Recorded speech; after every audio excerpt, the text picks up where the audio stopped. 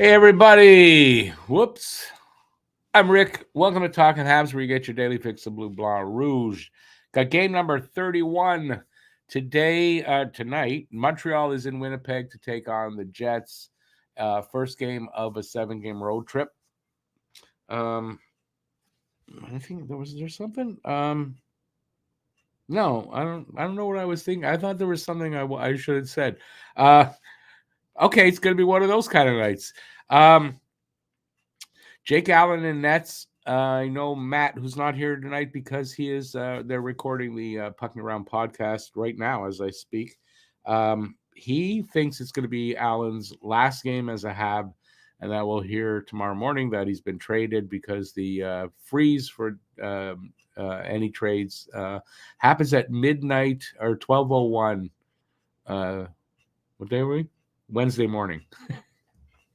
So it's 12:01 a.m. So I mean, I don't know. I try to think how I feel about that. I don't know. I kind of think he might be right, but at the same time, I don't know. I have a feeling. I do know this. Apparently, the Habs have not received any offers for Allen. There's been interest in him, but no offers. So, like, I don't know. We'll have to see. All right. So we have the game tonight. Matt should be joining us a little later. Let's see. I'm going to do play-by-play and color commentary and talk to you guys in the chat. We've got the Guess the Score contest on. No, don't make any guesses now, but I'll reveal whose hockey card that was for the challenging question to double your money if you make a guess. I also had the pleasure of meeting Doug, who you know from the chat, and he's in the hockey pool. He brought me a present, a nice sized box with a bunch of things in it, which I'm going to unbox in the first intermission. So I know I kind of know some of what's in there, but I don't know everything, and it's going to be a surprise. Even what I know, I don't know all of it. So it's weird to say that, but you'll see what I mean when I unbox it. So that's in the first intermission. So hopefully you guys will enjoy that as much as I'm sure I will. So once again, thanks, Doug. I appreciate that. And it was a pleasure meeting you too, by the way. So let's see what else I got. Trying to come up with a name for our first line of Suzuki, Caulfield, and Slavkovsky. Give the line a name. I've come up with the SML line for small, medium, large, because that's what they are. Small, medium, large. So that's my version. Give me words aren't coming out tonight. If you have an idea for a name for the line, let us know here in the chat, and we'll see if we can come up with a line that everybody likes and we can stick with it maybe, and maybe get something started. You never know. All right, let's see who's here. And we go from there. Lots of comments. Who's first?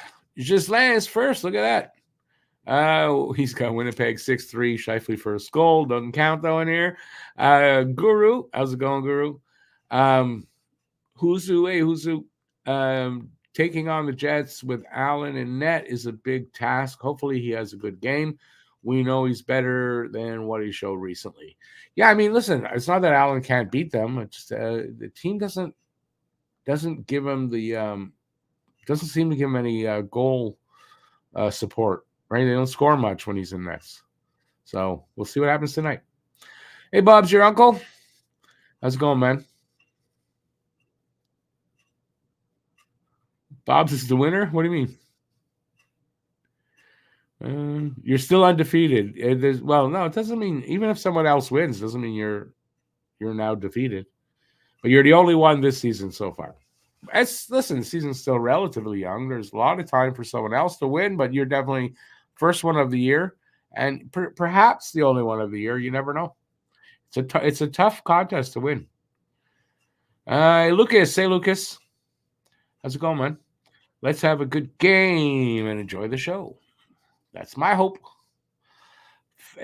Wonder Phil says, Uncle Bob's a wiener? Neat. I know that's neat. I don't want to be called a wiener. How many points do you think the Habs walk away with in this 7-game road trip? It's funny that you asked that. It's something I'm working on for the podcast. The Habs. By the way, I just realized my hood looks bad. The Hab Normals podcast on Wednesday. So I have a list of I have an overlay made for all the games, and I haven't really gone through them. Let's see now. I have my paperwork there for that here. Let's see. So they're going to be playing tonight here: Winnipeg, Minnesota, Chicago, Carolina, Florida, Tampa, Dallas.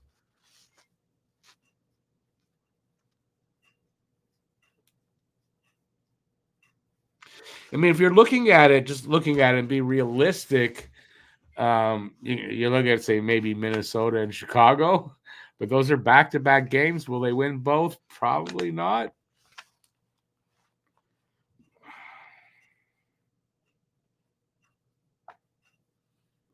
And 7 games, they're probably going to be lucky with 5 points, to be honest with you. It's kind of a make or break road trip for them every season. They do this kind of trip, and they usually don't do well. So we'll see. I don't know. You can't look at that and go, I see 5 wins there. I don't see how. So Sufka's in the house. Hey, Sufka. Hey there, Doug. I was just telling everybody about the unboxing, and that it was really nice meeting you this afternoon. We're going to do that in the first intermission.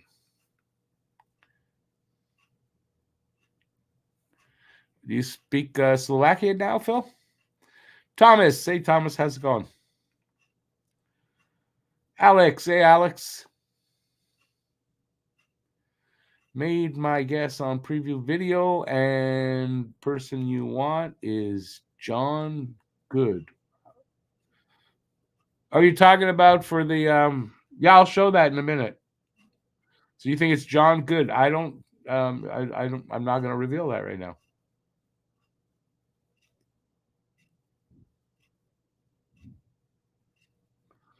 Okay, Phil's got the weirdest sayings, I gotta say. Old Man Rick is a wiener. He's a group of baked beans' best friend. Never heard that before, but I like that actually. Yeah, it's going to be a tough 7-game trip. I mean, I wish them the best, but I don't know. The line one, their emergence, the way they're playing, that could go a long way towards me being wrong in what I said. They usually do, though. They have a pre-Christmas road trip. It's split by the break, though, right? They go on the break, and then they've got 3 games after the break. I think that's what it is, 3 or 4. Hey there, Joe. How's it going in the future there? How's it going, Joe? Hot and humid in the future, and possible thunderstorms later. Wet weather all week. Oh yeah, I saw your post on Twitter earlier. Same here. It's been a wet day, but it's clearing up now already. Hey, Scorchy, how's it going?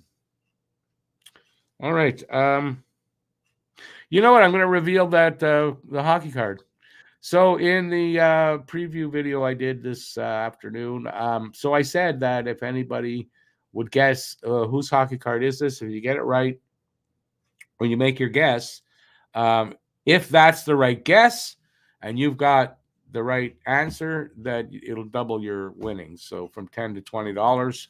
I know 3 people made guesses, which is included here, Beibai's guess. 2 people guessed Rick Dudley, and Beibai guessed John Good. And I'm going to reveal it right now while they do the national anthems. And so this was the card. I want to get the right one here. This was the card. It was a Sabre. Second year was 74-75, 78 games played, 31 goals, 39 assists, 70 points. Now, I can give this other hint for anybody else that was looking at it earlier today. He has a Montreal tie. Was the, I believe, assistant general manager here in Montreal in the last 5 years. And that person is Rick Dudley. Am I right about that? Rick Dudley was the assistant GM? If I'm not, then I don't know why I thought it. But it's Rick Dudley either way. Everybody going to come out and say, oh, yeah, I knew that. And was I wrong? Rick Dudley was not this. I can't remember now.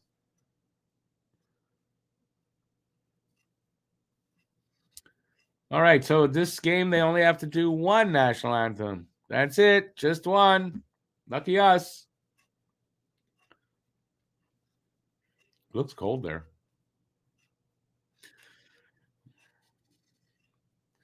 All right, so they're getting, let's say about 10, 15 seconds. Maybe a little longer. 20 seconds, we'll have a puck drop. All right. See, there are a lot of people here. Yeah, say hi. Send a message. I'm going to watch the game. Hey, Matt Outdoor. Habs going losing tonight with Allen and net. It could be. He might surprise you. You don't know. I mean, I have Winnipeg winning. I have them winning 4. No, I have Habs winning 4-3. Excuse me. I have them winning 4-3 because we beat them 4-3 earlier this season in a shootout, but it was in Montreal. And I said, I'm going to go with that. Hey, Randy Mack. And here we go. Habs won that draw. And already an offside call. Montreal with 7 seconds in.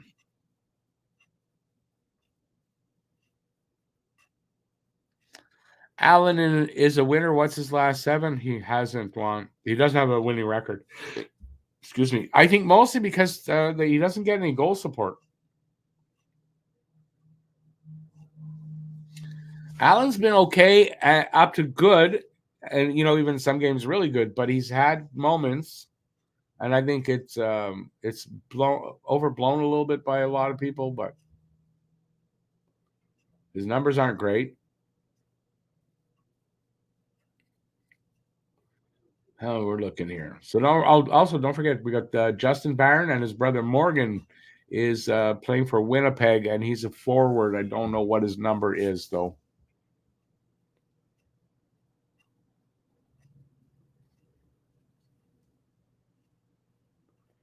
The Jets have been really hot since November 2nd. Since then, they are 14-5. I don't know how many, if there's any overtime or shootout losses in there. Just 14-5. It's pretty hot after starting 4-4-2. So yeah, Montreal's in for a tough game here tonight, especially with Hellebuck in that. He's already got 15 wins, so he's playing well this year. So we're in tough. I think where they got a chance is not a great PK or power play on Winnipeg. So we'll see if that makes any difference. If Montreal, not that Montreal has a great PK or power play either. I think the difference is going to be how does line 1 play? What kind of production can they put up in this game? Does it start to pick up where they're, putting up some points? They had a nice goal last game. They're out on the ice right now. I'll get to some play-by-play in a minute. We're already a minute 37 into the first, and there's one shot apiece, no score.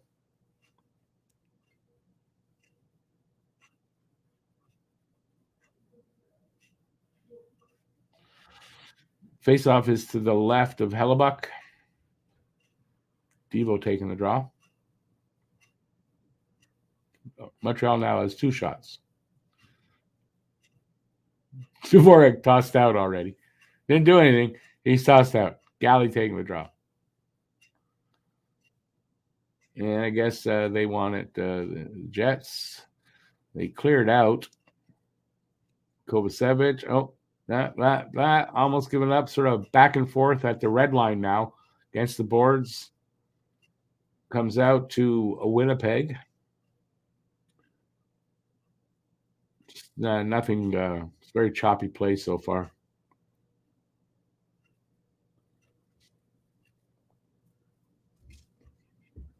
Struble behind his net, gets it up along to that half wall. I don't know to who. Nice move there by, I guess it was Galley. Look at that. Nice move by Galley. His pass hits the stick. So if they turn it over, icing call against the Jets. So face off back in front of their goalie.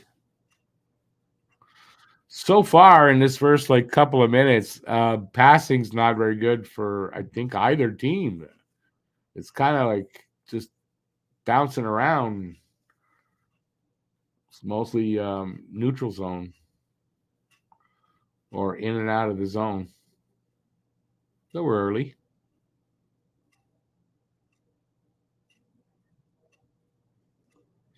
Barron brothers are out on the ice.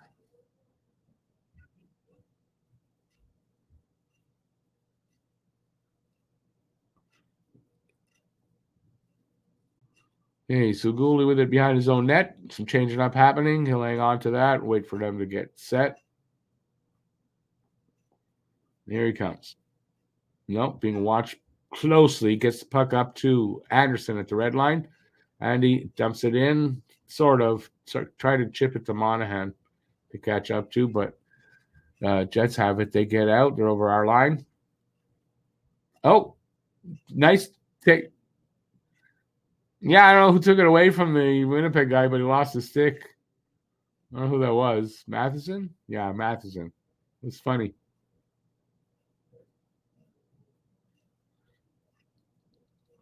Here come the Jets again out of their zone.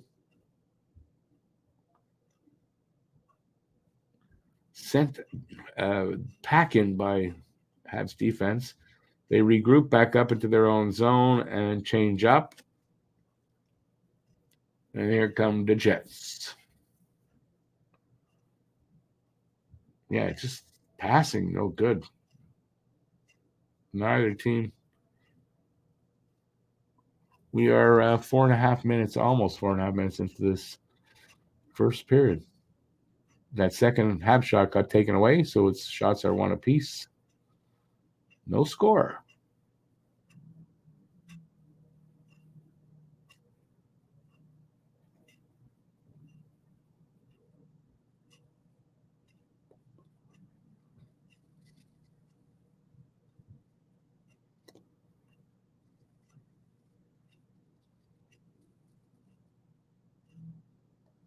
Ooh, that was dangerous there. Oh. Blocked shots. Good blocks by the Habs.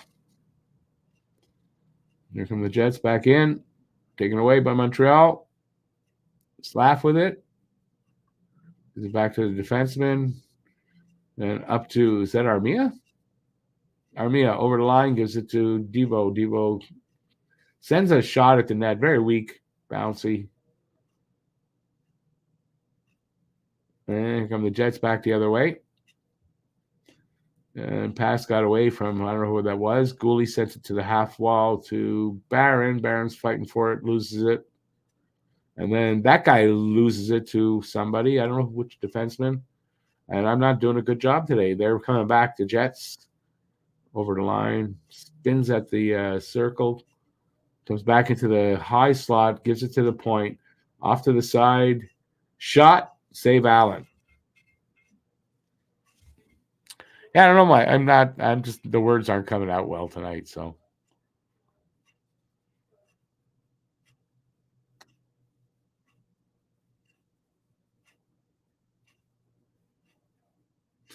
Matt, I heard it's a goalie for Laval, though. I don't know much about him, but does that signal maybe the end line for either Primo or Allen? I don't know, but yes, they got a minor AHL goalie. And I like I said, I don't know anything about the guy, so he might have NHL experience. I don't know. But if you want to wait till Matt's here later, he knows a little bit about. He sent me something about it, which I didn't have time to read. So, hey, Rich J, they're going for a commercial break.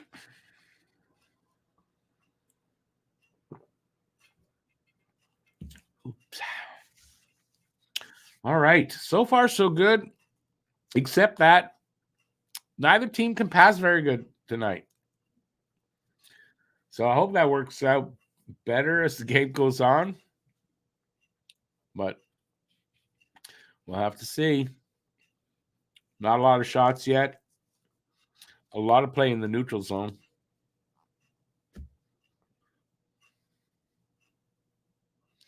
He played 2 NHL games. Yeah, that's it. I don't know because Matt said something about I don't know something about he had some NHL experience. But like I said, I don't know much about him. I know he's Russian or something, isn't he? Or it sounds like a Russian name. But yeah, I didn't mention it because I didn't think it was that important enough to mention, really, in the long run. But we'll see. We'll see. Hey, Paul, how's the ice? I didn't check it yet. It's the same. No, it's not. You know why? Because it's in Winnipeg. And I don't know. Ice looks fine, or it's not that good, and that's why the passing is not great. Because there's that possibility too.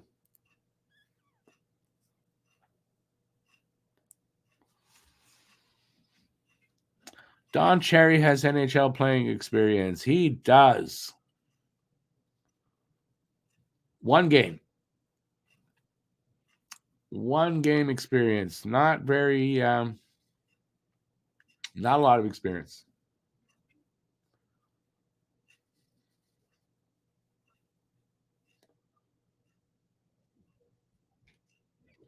They won 6 of their last 7 games. The Jets have, and maybe they're due for another loss. You could look at it that way.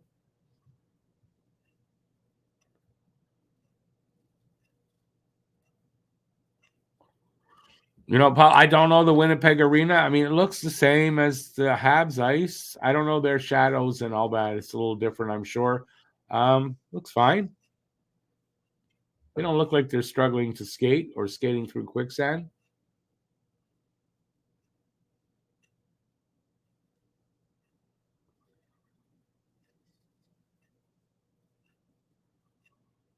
One game more than the rest of us combined. Very true. He's a stud. Maybe he was once. I don't think stud is something you can call Don Cherry right now. Nope.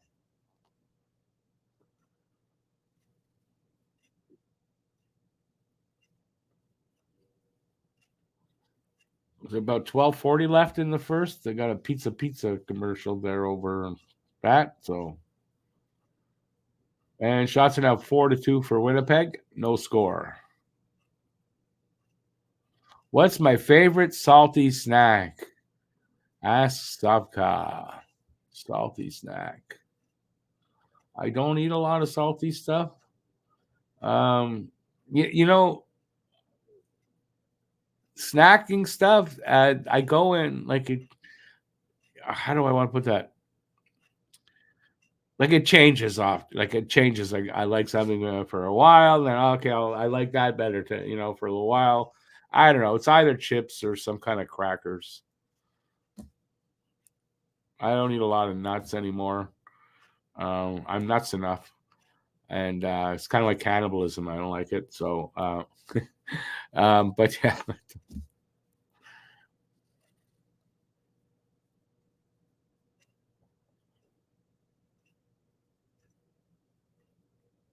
8 minutes gone. First.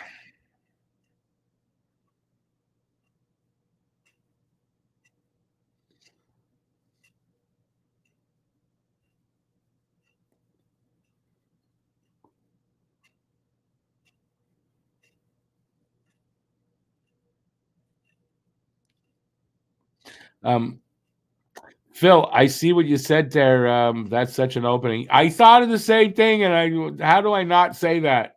Don't say that, Rick. That's why I stumbled over it. I wanted to say that, but I didn't know how to say it without looking really like an idiot. So I didn't say it.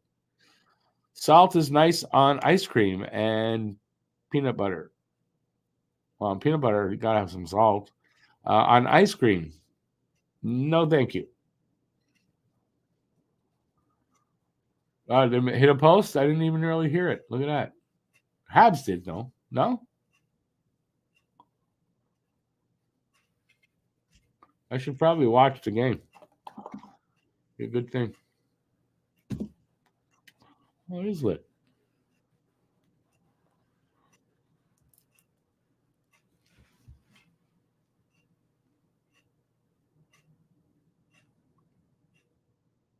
Habs with 3 shot attempts, it said, and they got 3 shots on goal, so they're hitting the net every time right tonight so far.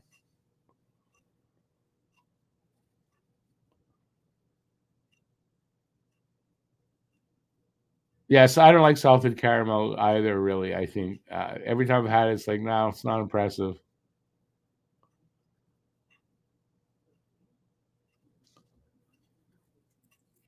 Yeah, I don't eat nuts anymore anyway.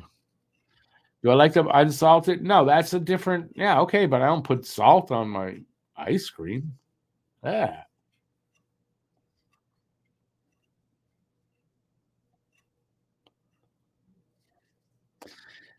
Here's that goalie's name, Casimir Kas Keskisu. Was he Finnish or something like that? Yeah, he's 30. Played with Toronto, Nashville, 2 games. He's very active on YouTube, 50,000 followers. I won't hold any my breath. That's what I thought. That's really what I thought.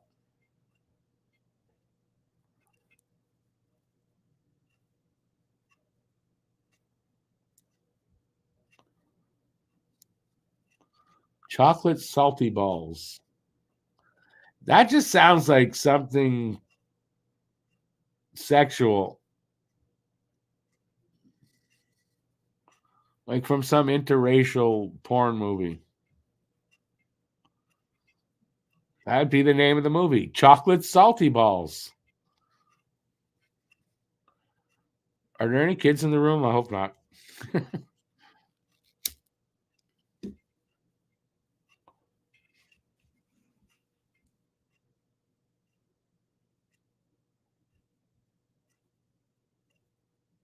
Well, I know there's salt in it. Just I don't have to add more.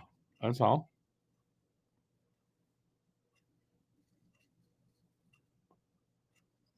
Okay, we got a game going. Look at this. 10 minutes gone already. Habs making some noise right around the net, but taken away. And here come the Jets. Here come the Jets. Jets, Jets, Jets. Little bad giveaway here. Maybe. Oh, good save by Allen. Covers up. We'll have a face off.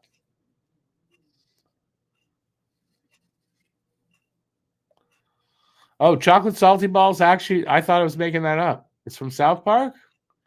Ooh, oh, I'm sorry. Didn't know that. Sorry, South Park. Oh, from the chef. Yes. You know what? I think I remember that. I wasn't thinking of that when I made that up. Isaac Hayes was the chef. Yes, sir. Winnipeg player gave Allen shit. I didn't see that.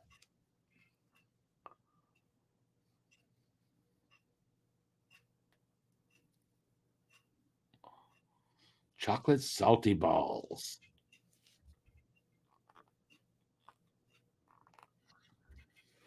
All right. We're going to talk about hockey. What?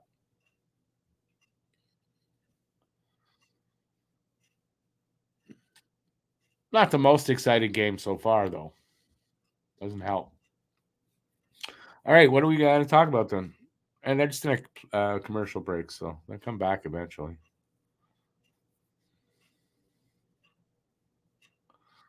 Allen looking fine so far. We'll see you later, Bobs. Enjoy the dinner.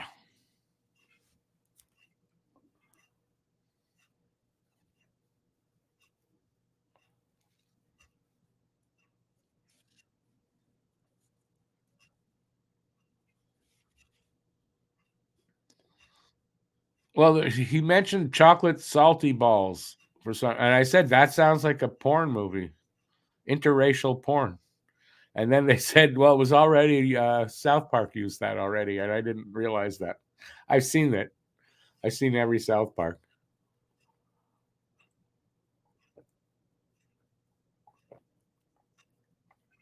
I forgot about the chef.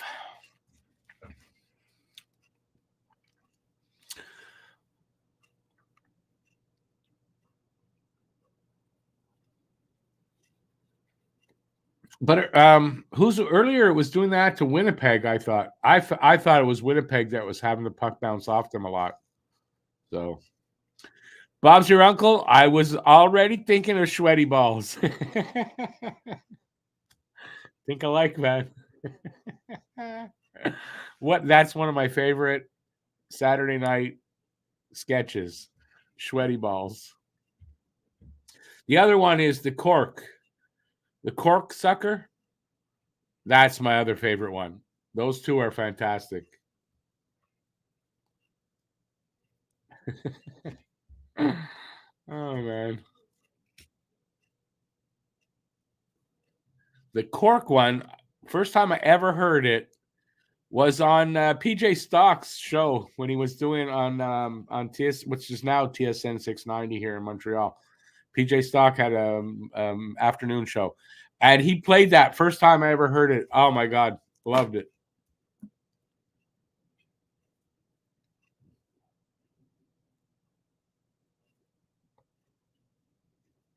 If you haven't ever heard it, you Google it or YouTube search it. You'll laugh your head off. Right, there's some excitement going on here. The pace kind of picked up a little bit with 12 minutes gone in the first. Shots are 5-3 now, so Montreal hasn't had a shot in a little bit. Offside Galley.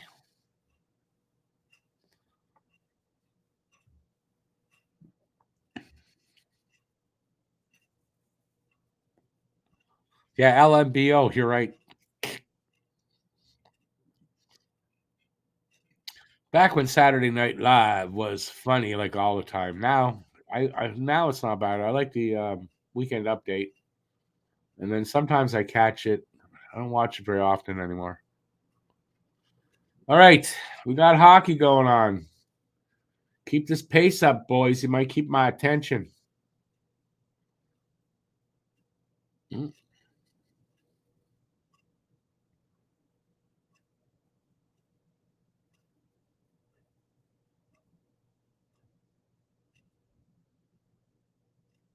Here we go. Barron to Slav. Slav over to, was it Gooley? Gooley shot. I think it hit somebody. A little pressure here by Montreal. And they give up that pressure because I said something about it. Flipped out to neutral zone. And Jets pick it up there. They keep it in. And then they turn it over. Comes out anyway. Oh, turnover right onto the stick of Nick Suzuki.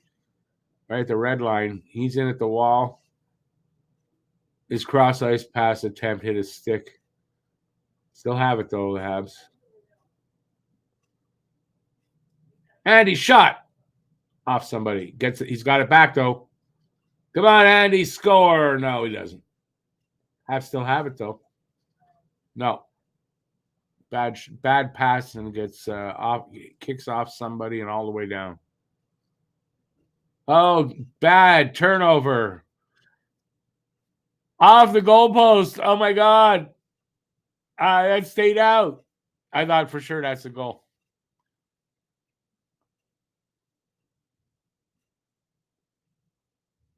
Back in the Jet zone, but they have the puck. They clears it out. Cross ice. Guy couldn't one time. Does get a shot away. I think it hit somebody. I don't think I got to Allen. Here come the Habs. Allen? No, Evans, the other Jake. Caden Gooley couldn't get the puck up. Right at the side of the net. Gallagher shot wide or off somebody. Another shot comes in wide.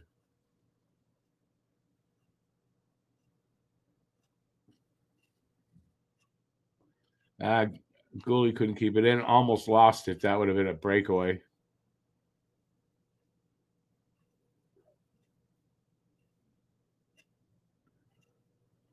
Jets with it in their zone. They get it out to the red line. Along the boards now. Galley there. Who else is there? Wheelers. Somebody else. Jets come up with it.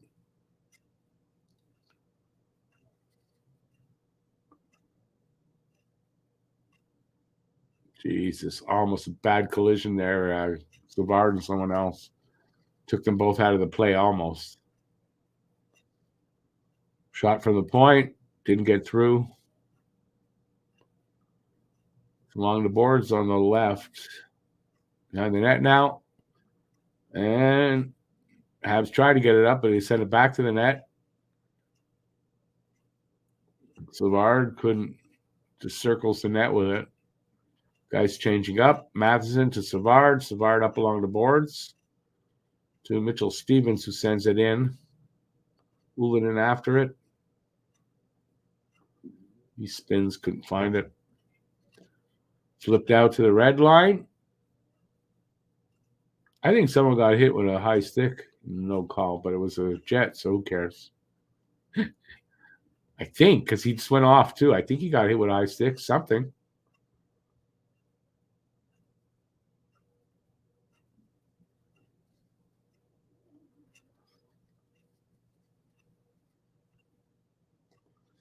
Good defensive play by Struble. Right in front of the net. He gets there just in time to just disrupt the guy getting a pass. Would have been all alone. Here come the Habs. No, Mitchell Stevens off the boards. And all the way across the line. No icing.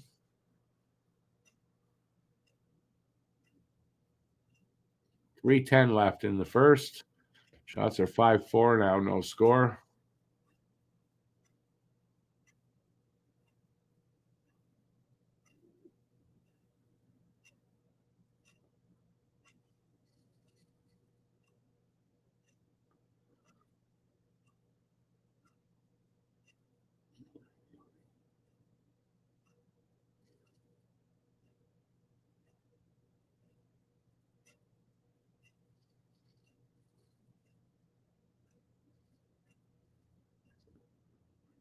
Allen made a save there.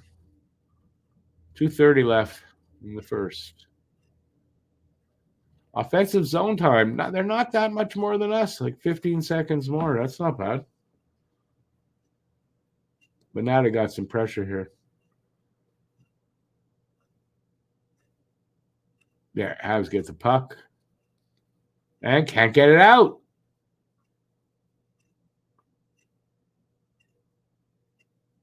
Barron with a little defensive lapse there in the corner.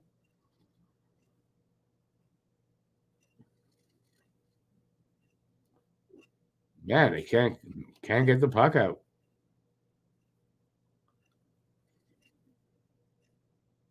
Nice move by Slav.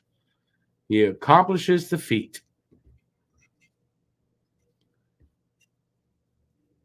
1:35 left in the first.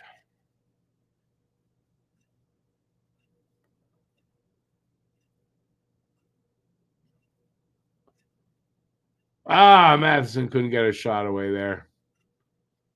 You can't hold it in. 1:15 to go in the first.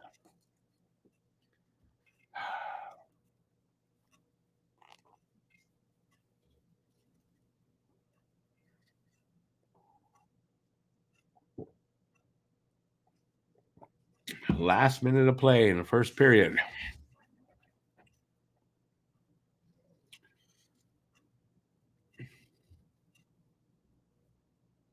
Very low shot count, 6-4 for the Jets.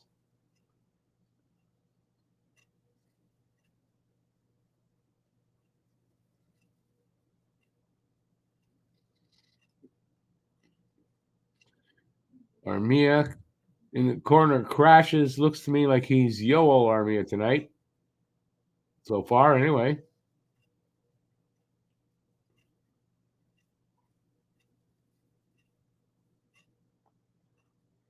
$15 seconds left.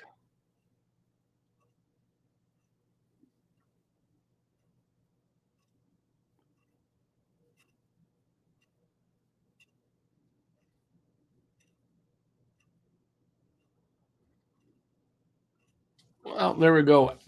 It's no score after one. Personally, I think that's really good, Montreal, to get out of the first. No score. Very low shot total. Excuse me.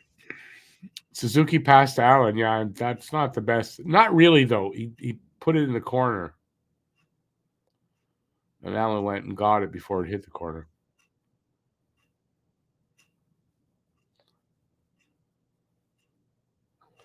Oh, you're in New Brunswick? Oh, yeah. You guys are getting hit with some. Well, we had that kind of shit. Maybe not as bad as that, but, winds were higher and we had rain all since last night. It just stopped a few hours ago, maybe.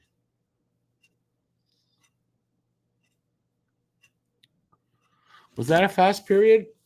Actually, you know what? It was a fast period. Yeah, that's okay. I don't mind a fast game if it does happen. So we have now, I guess, about 16 minutes to go before they come back for a second period. We could talk about the period, or we could talk about whatever you guys want.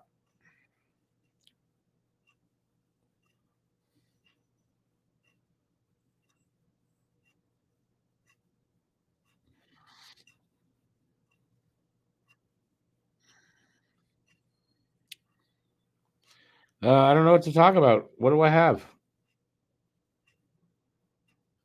Nothing really from my notes earlier today. Anybody got any ideas for a name for the number one line? Oh, I could take these off. Yes.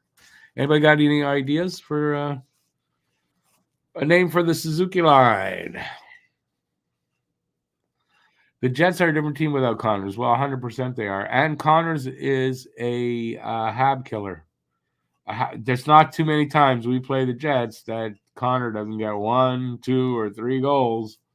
Usually a goal or two. So, yeah, having him not there could make a big difference for Montreal. It's a good point. I had that in the preview, but it's a good point, and it's right there. I don't know why I didn't talk about it, but yeah. So maybe that's why we got out of the first period with no score. We'll see. But it seems like they're going to have a little difficulty solving Hellebuck. I don't know what Hellebuck's record is against Montreal. I don't know if it's good or bad. I dare say it's probably, good. Because I was a little surprised they didn't go with the backup, who is Brossois. And I don't think the Jets played last night, but maybe I'm wrong on that. I didn't really check.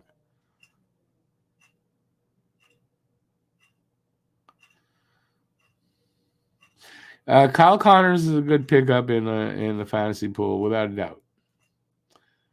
If I were Santa Claus and could give the Habs one gift this year, what would it be? A better power play, ironclad PK, a 45-goal Anderson? No. What it would be is I would lift the curse. I would. What would I give them? I'd give them the first overall pick next year at the draft to get Macklin Celebrini. That's what I would do. Aiken, 11-6-1 against us. Yeah, so he's got a good record. JFed, yes. Boston did release Patra to play for the junior World Junior team. There's an exhibition game tomorrow in Denmark. Okay, I didn't know that. What time, though? Eh? What time is that going to be here when they play? Look at the Sportsnet panel. Oh, my God. Christmas outfits, ugly sweaters. Yes, I saw that. How could you not? Blackhawks have number one odds. Yeah, but they said if I'm Santa Claus, I can do what I want, and I can give it to the Habs.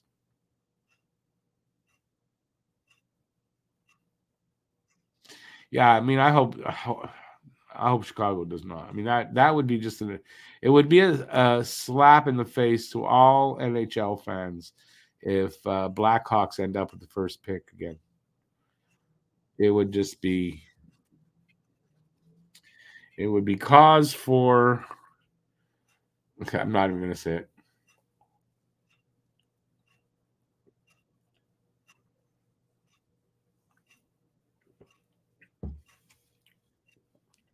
How do they not feel like ridiculous in those outfits? I don't know.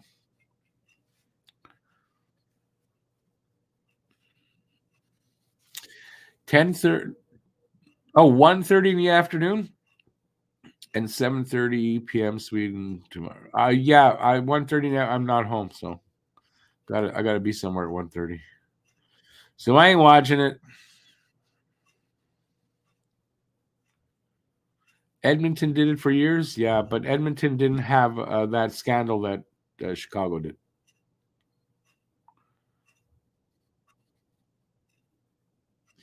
But Edmonton didn't have that scandal. That's why. Otherwise, I mean, really? Otherwise, I wouldn't want it, but I wouldn't have that. No, they can't have it, right?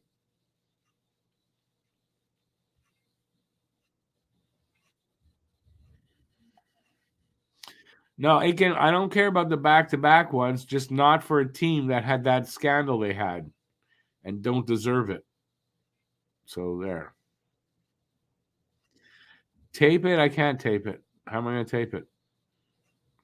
I may be 60, but I don't have a VCR. Besides, I don't have cable. I don't watch anything on cable because I don't have it. And I wouldn't anyway. That's why I don't have it. Chicago had the third pick last year. Finishing last doesn't guarantee. What did you just say? Chicago had the third pick last. How did they got Bedard with the third pick? Or they finished in third from the bottom, is what you're saying.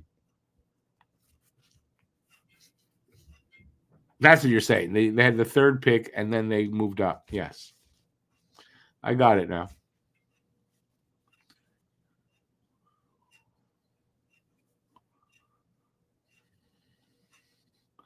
Chicago gave us Kirby Doc. Yep. For a very good price.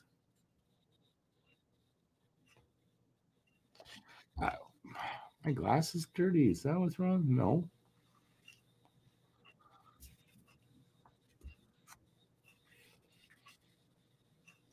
What? The Markov surgery enhancement. To who? Who are you talking about, Phil? Kirby Doc? Blackhawks draft Bedard. Yes, they did. I know they drafted him because they won the draft lottery. Nope, there's no guarantee.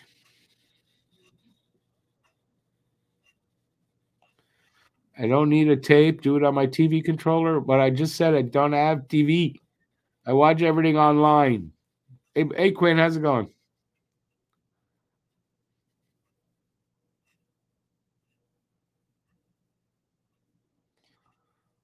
Do I think the Habs really like Selayev? I have no idea.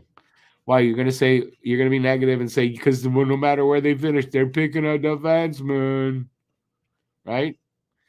Kirby Doc cost Montreal a very realistic chance at landing Bedard. Which player would you rather have? Okay, explain that. Explain that. Explain that one, J Fed. How Kirby Doc cost Montreal Connor Bedard.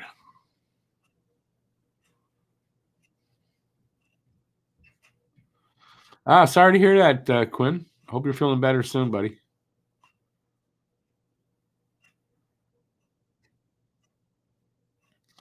Habs need Ivan Demidov. Well, they better get one of the top 3 picks then, because he's going early too.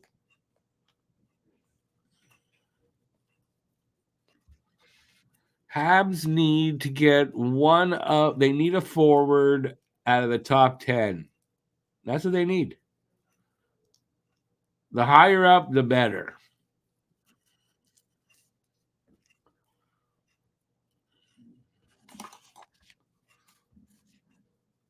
And they're not going to tank for it. And no one player by playing well costs them anything.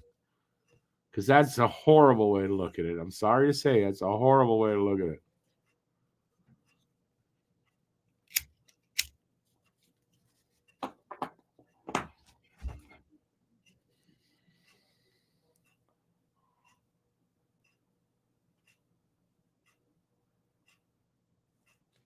I'm waiting to hear how Kirby Doc cost us Connor Bedard.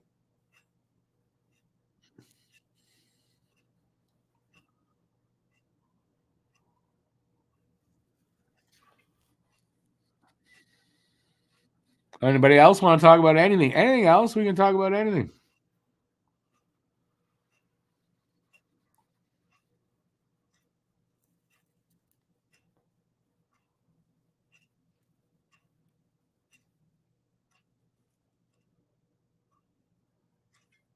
Oh, you know what I got to do? I don't even need you guys tonight. No, just joking. All right, Doug's out there. Doug, this segment is for you. I forgot. I always do that. All right. I'm going to take this off because it's going to be awkward. So I had the pleasure of meeting Doug, who he said something earlier there, so he's here, and he brought me a Christmas present. Well, I think there's multiple things inside, so I'm gonna unbox that right now. I'm excited to see what's in there.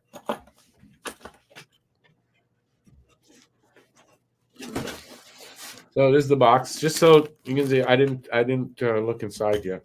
I know because Doug told me a little bit about what's in there. So we're gonna open this up.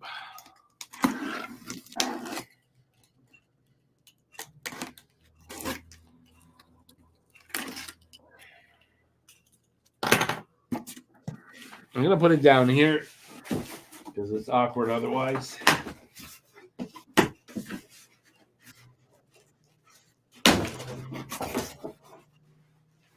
Wow, there's a lot of stuff here. I don't know what to go with first. Oh my god.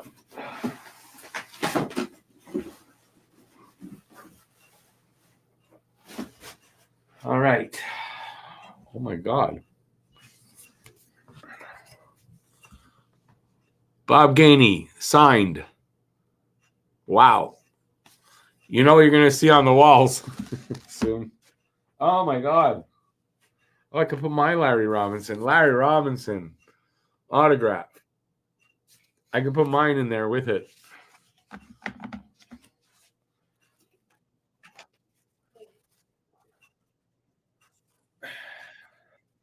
Steve Shutt. Am I right, Steve Shutt? Yeah, Steve Shutt signed. Nice. Oop. I saved the best one for last because I saw it there and I went, okay, that'll be this one. I'm gonna get prize place. Guy Lafleur. Signed Guy Lafleur photo. Wow. Doug, I don't even know what to say. I don't even know what to say for all that. This is amazing. Wow.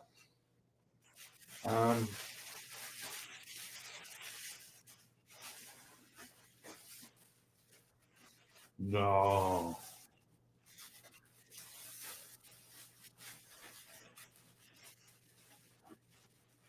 Oh my god. Oh my god. It's a sweater. It's got number 31. And it's got a signature on it too. Oh my god, Doug, I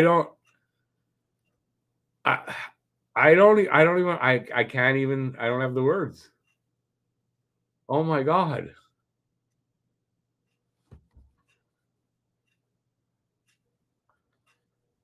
Wow. I'm gonna sleep with it. No, this is going up on the wall. This is gonna go up on the wall for sure. No, most of this is gonna go up on the wall. Wow, I don't even know what to say. Oh my god. Oh my god. You're freaking me out now. There's more. There is more.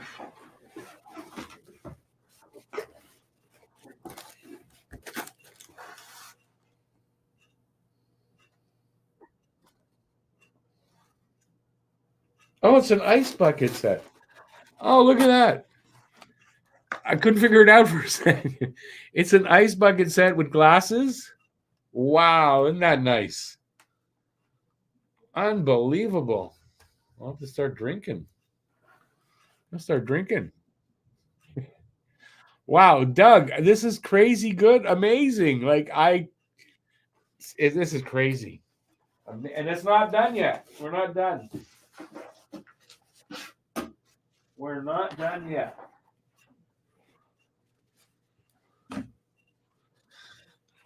I still love it, but we're all going to say, oh, it's Mario Tremblay. But Mario Tremblay, before he did the bad thing, Mario Tremblay, autographed.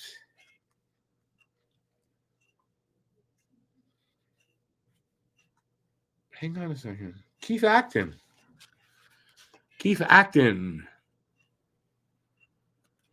Right? Keith Acton, number 12. That's Keith Acton. Nice. Oh, look at that. I got to tell Knuckles. Oh, does some of them? No, this one only. Okay, that's Knuckles. Wow. Oh, Richard Sevigny. Richard Sevigny. Sevigny-Walmsley tandem. Nice. I don't know if there's more than that. Like if there's other ones in between or not. I don't think so. No. Wow. And that's not done yet. Jeez. Oh my God. I have these. It's a Shane Corson. No, I've got I don't have too many left. I've got a few of them though. I've shown them in videos before. Nice. Some hockey cards. A Mark Recchi. One of those. It's one of those 3D. I don't. It doesn't show it much there. Patrick Roy. These aren't signed, but there's more here. I don't know. There's a bunch to look through. So a bunch of hockey cards. Pierre Turgeon. Oh, shit, what year is he? These are from '95. That's McDonald's. Nice. Oh, Vinny Danfus. Patrick Roy. Really nice. Nice cards, none of which I have. Saku Koivu. Valerie Bure, his crazy wife. Valerie Bure. And his crazy wife's not on it. This one I have, I think. Oh, I think I have this card. Peter Forsberg. Upper Deck. McDonald's. I think I have this card for some reason. I have a card similar to that. All right. Then we've got a Russ Courtnall from That's O-Pee-Chee. That's a 91 or 1990. A Matt Sundin. Oh, this is O-Pee-Chee Premier. This is actually a valuable set. Yeah, this is, if I'm correct, O-Pee-Chee Premier was one of the big cards in the day. That's where I've got my we're underway. We'll get to it in a sec. That's where my what's his name? Damn it. Fedorov. I have a Sergei Fedorov O-Pee-Chee Premier rookie card. Joe Sakic. Look at that. Joe Sakic. Okay. Oh yeah, these ones. I don't know these cards. Sergio Momesso. These are the cards. I have a few of these, I think. Yeah, I have a few of these signed. When they go to the hospital or they go to charity events and stuff, they hand these out. They bring these with them and they hand these out. Nice. Bobby Smith. No? Oh, it said Bobby Smith in the back. That's Claude Lemieux. Okay, the backs of them aren't very accurate. That one's right. Guy Carbonneau. There's Knuckles again. Oh, look at this. John Cordick. You don't see that too often. John Cordick. Wow. The late John Cordick. Mike McPhee. Trying to guess them before I showed them. Oh, that's a tough one. Why? No wonder. David Maley. So I couldn't figure out who that is.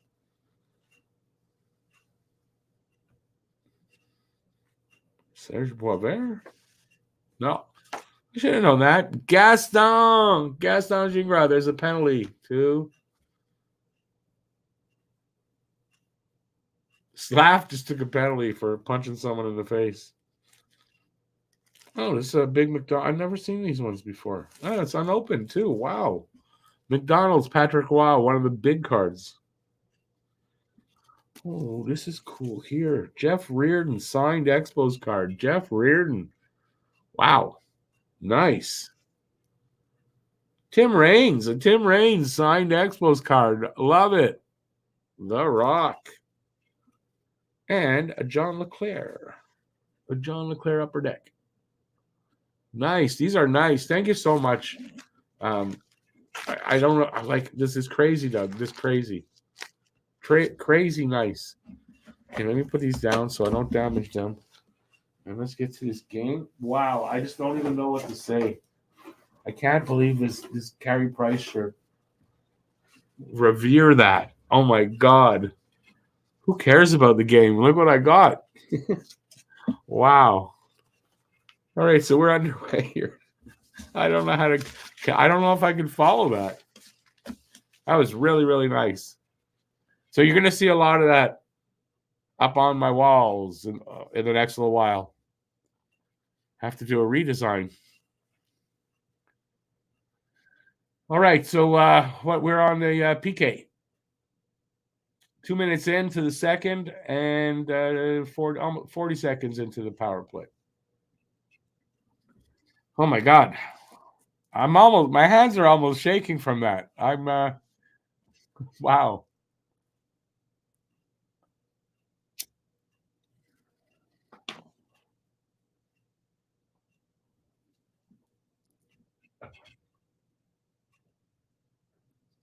All right, so we're 2.5 minutes into the second period. Shots are 7-5, so Habs I don't think had one here yet. No score. And yeah, that's what we're at.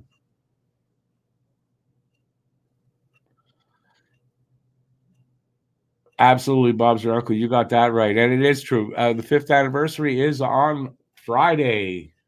I'm going to try to do some special stuff. I don't know. I'm kind of falling behind on that, but I'm going to do what I can. Hey, Rob, how you doing? Yeah, I'd like to. I think I'm going to have to frame that, the Carey Price one. Signed like that? Yeah, I think so. And it's exactly when I saw it in my brain, because I've seen one of these before. I don't know if it was signed, but Carey Price. And that's exactly how I saw it in a frame. Wow. That's an awesome, awesome sweater. I can't even believe I've got that now. Wow. That's an awesome present there, Doug. Awesome.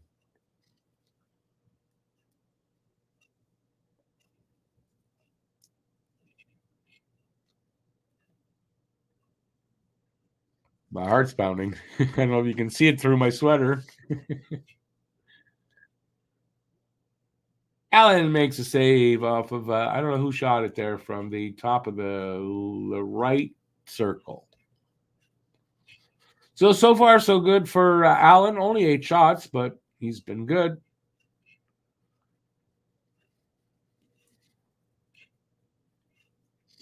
Would be a nice night. I don't like Winnipeg since the that incident with Jake Evans and Scheifele. I just don't like them. So I would love to see Montreal upset them here.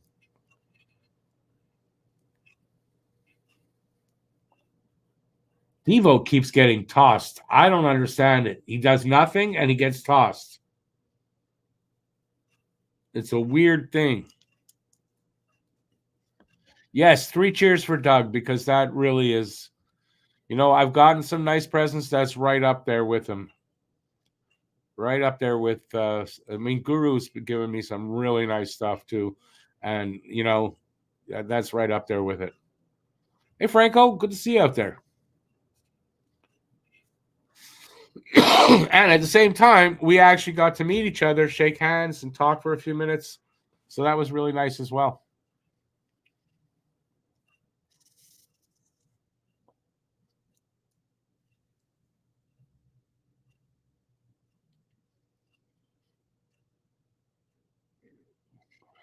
I don't know if my words are going to come back for the play-by-play. But we'll see. What are we now? Getting towards the 4-minute mark of the second period anyway. Not far.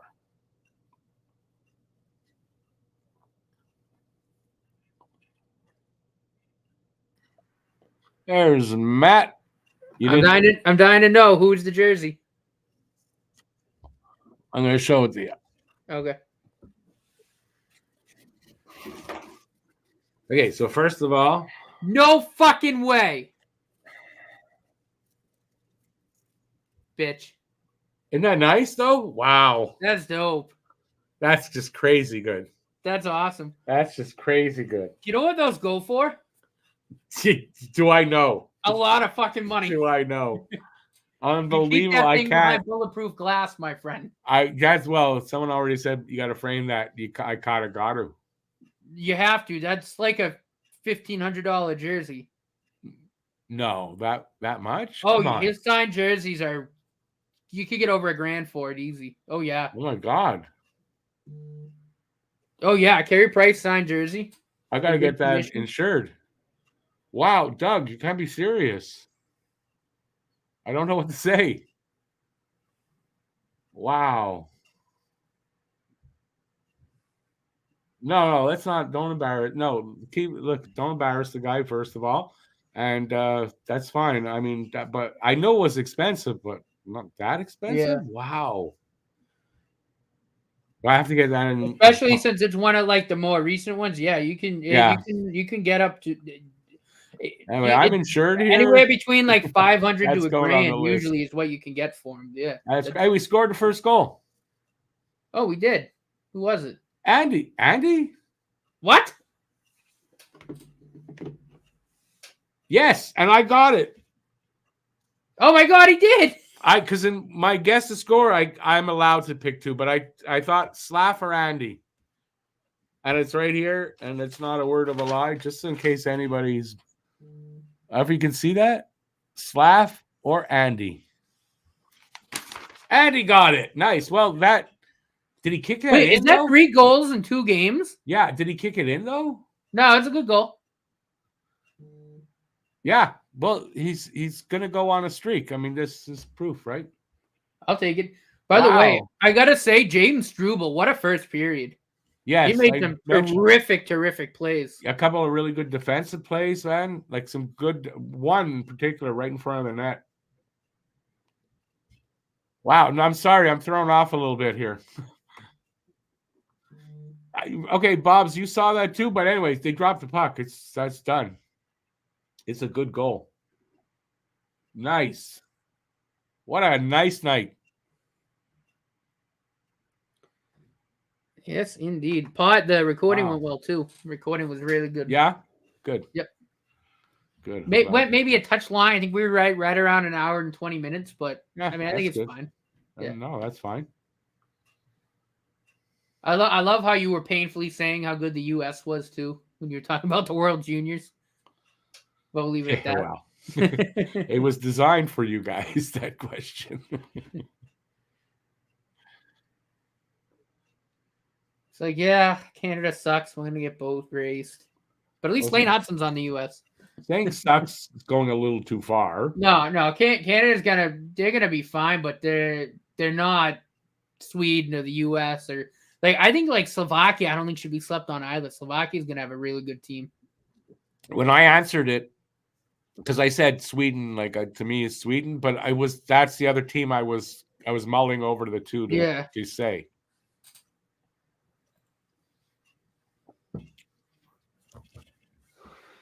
All right, we're Yeah, I almost think 6 Misha. minutes I in. think Slovakia is gonna have Misha. They are. They are.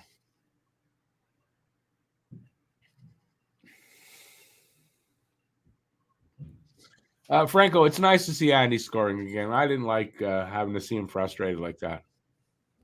He's an important part of the team. I know people, for some reason, got off that track, but Hopalong, did they? I imagine they would have reviewed that, but why would they have called it back? He was in the crease, right? I think that's why, with the foot in the crease rule. Hey, Matt says Franco. What's going on, Franco?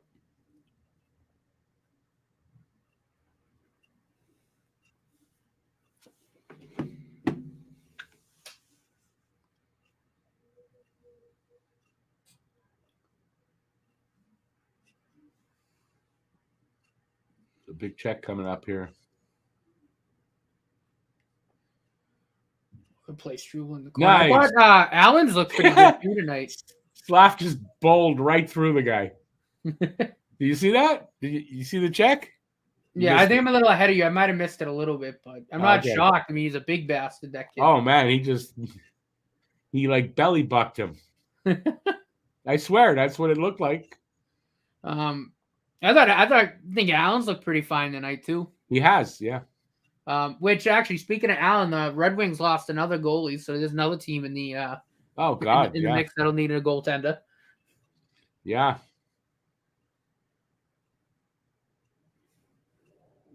But interesting that according to, I think it's Pierre Lebrun, that they've received no offers for Allen.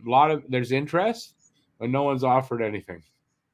Good stop. Another good stop. You're definitely ahead of me. Great goaltending, man. Oh, he made two back-to-back real nice stops with the pad, and then like slid.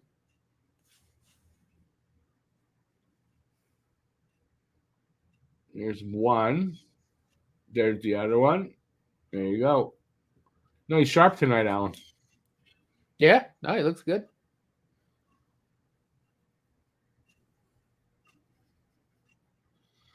I thought Andy too. I mean, obviously he's got a goal. That's great, but I mean, even in the first, I thought Andy was all over the place, especially in the offensive zone. Like he looked fine. Yeah, he's trying to make things happen. Doug, that's why I didn't really want him to go farther on that, because you're right. It's not the point, and it's well appreciated. That's like it's a lot. I mean, I get, but yeah, I don't know. I don't have the words. Don't have the words. But you'll see that on the wall. That's awesome. That's just a sweet piece of memorabilia. I might have to wait till I frame that before putting it up. So I'll be checking into that. Let's put it that way. I believe there's a place here in Dorval. Yeah, that's gonna look awesome. That's really cool.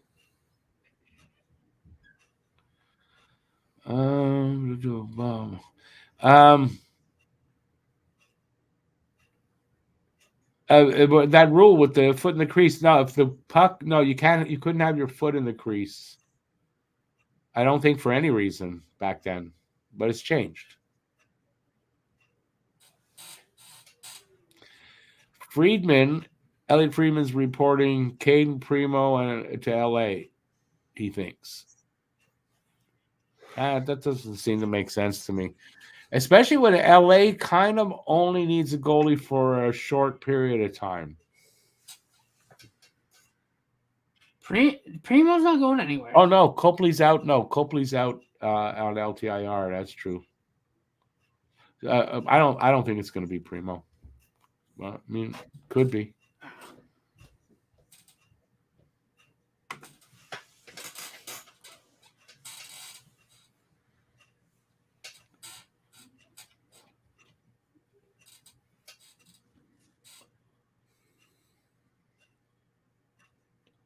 Anderson got 4 goals. That he got some goals.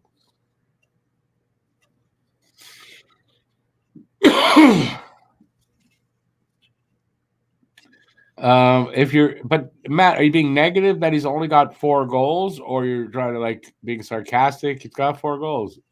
That it's good that he got some goals. Like, I'm not sure what you were saying there.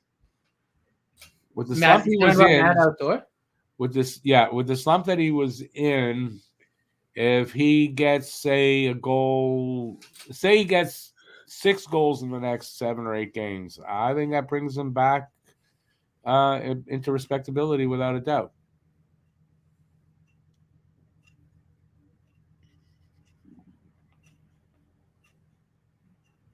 I didn't really have a Christmas wish list, baby, but that card would have been on it for sure. Plus everything else. I mean, we're talking about all the photos to hang up, the autograph thing. I mean, it's crazy. Crazy good stuff.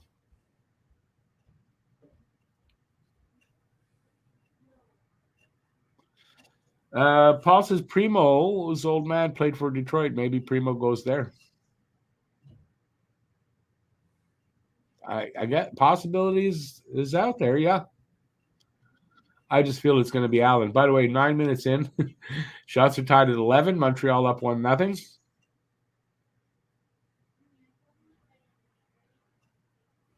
Hasn't been the most overly exciting game yet, though, or so far, right? We're like halfway through the game. The good thing is this is a pretty fast game.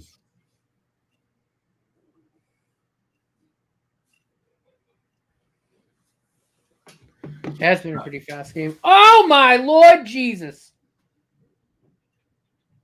Caden Gooley just murdered. Oh.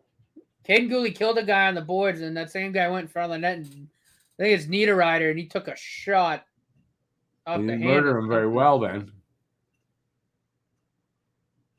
You can see the hit in a second. Yep. Yeah. It looked worse than it was. That looked way worse than it was. Oh, no, it was a good hit. You didn't murder him there. No, he went in front of the net, and then I see. Yeah, I see what you're saying. Was that the same guy, though? Is that no. Oh, no.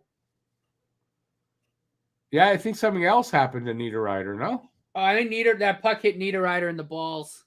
Oh, okay. Yeah, that hit him square in the balls. Oh, no. Yeah, no, it was Appleton, I think. Appleton got smoked by Gooley. And then by Gooley, right. To the nuts. Oh, yes. Oh. No, ribs. He said ribs. He got hit in the ribs. Oh, okay. Not much better. I saw his hand go down there. I was like, oh. It's not much better because that hurts like hell too, but it's a lot better. Yeah, if he got hit in the nuts, that's one of them replays where you go, all right, all the men look away. Yeah, you don't want to see this. We're halfway through this period and game. Halfway through it, 11 shots. That's not a lot. 11 shots both each side. Like they're not getting a lot of shots. Habs just get another one there for 12. So this is unless it opens up, this is a low-scoring game. I'm a little surprised.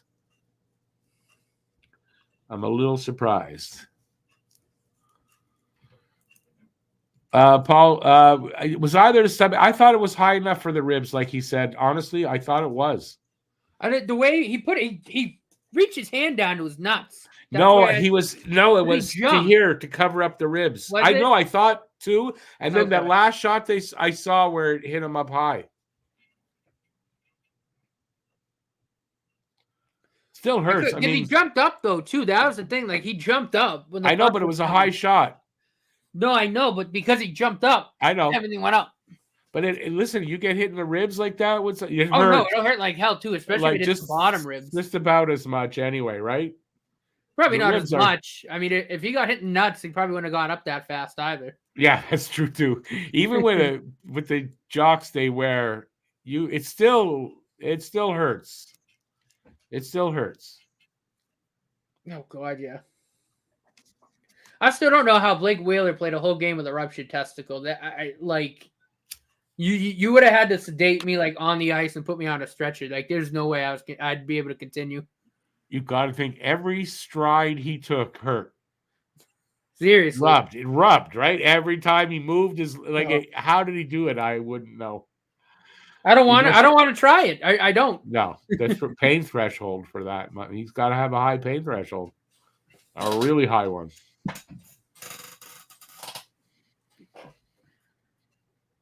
You bet he'll come back with goalie pads? Yeah. No, I think he took it in the ribs. Ooh, slap with a shot. Titanium cup. Is that what they make them out of now? Titanium? I'm pretty sure they're still plastic. Yeah, I mean, I would think so. Because, like, not for nothing, but I don't want to get hit with, like, a 95-mile-an-hour slap shot with a titanium cup on, because, like, I feel like that would... If you dent it, it's staying that way. Well, not only that, but, you know, metal can be kind of sharp, and, you know, I don't know about you, but I don't really want to take it off and have it fall out with the cup. Oh. But, yeah, if that got dented... But have you ever noticed this, though? They've been wearing some protection down there probably since they started playing hockey, right? Yeah. Okay, so that tells you a little bit about how men think, right? They've had protection for their nuts since day one, pretty much, not for their heads. Took them till the 80s or the 80s to make that mandatory. Because they don't think with this head. That's right. What's more important to a man? His balls. Yep. We got 9-11 left in the second. So 9-1. Goalies, I think, goalies have two jocks. They have like the regular one. Then there's like a supersized one that they wear like over it. Obviously, because you're a goalie. In the day, I know the defensemen used to wear something. It kind of rested on your thigh more than, like, I know defensemen had that. It gave you a more wider, like if it hit, pressure was like in a wide area. And for us forwards, or I didn't have the defenseman jock because I'm an amateur. It's just a regular cup, but goalie they wear something different. They have a regular jock, and then there's like a one that's like quintuple the size. The regular one's the backup in case the other one breaks. But the other one's giant. The other one's like this big. Yeah, that's it. It goes around their thighs. And it's like that thick. Yeah. Yeah. Because, I mean, as a goalie, you kind of need that protection. And I believe the first one was designed by one of the goaltender's wives because she wanted to have kids. That's a bad joke. 8.5 minutes left in the second period. Shots are now 13 for Montreal, 12 for Winnipeg, 1-0 Montreal.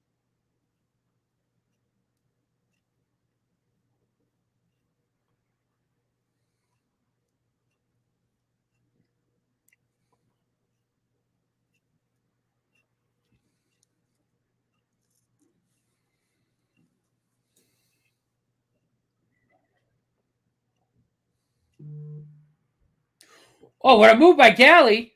Flubbed the pass.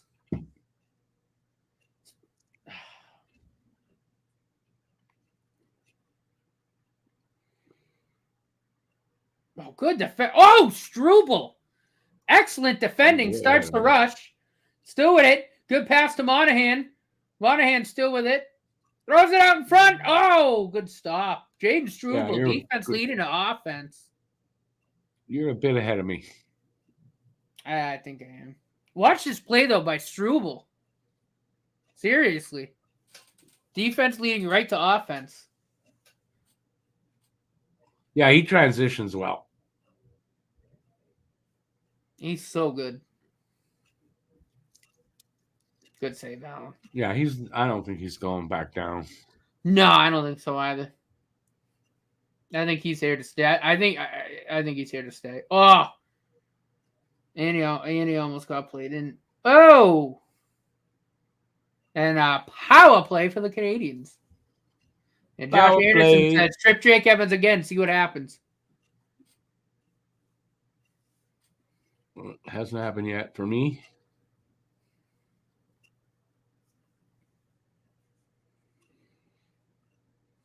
Oh, was that knee on knee? That was close.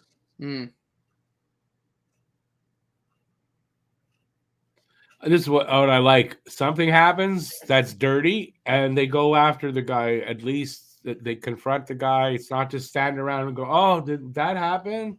Should I do something?" Somebody does something, even if it's just what he did. It's enough.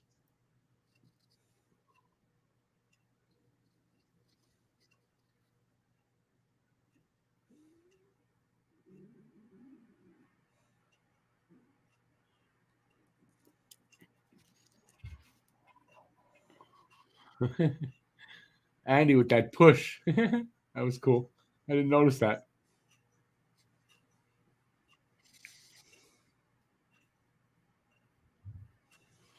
Tripping with his knee. That looked like it was close to knee on knee. Ooh. I just saw a clip of that slap hit. He That what? the guy. Oh, the slap hit, yeah. Oh my god. He belly bucked the guy. It's true. He said, "I'm big, strong Slovak. I'm coming through." Boom! Boom, get out of my way. It's Caulfield. Oh! Well, he just broke someone's something. Something broke somewhere. I don't know what the hell was on the ice. I thought it was a stick, but it wasn't.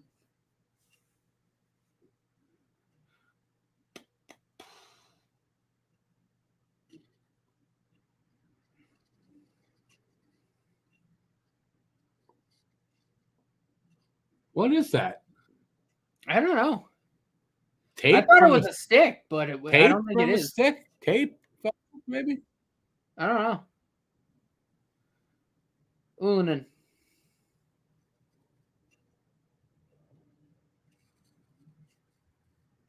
Oh, Andy tried to tuck it home. There's Unen with it Down again. to the 5-minute mark.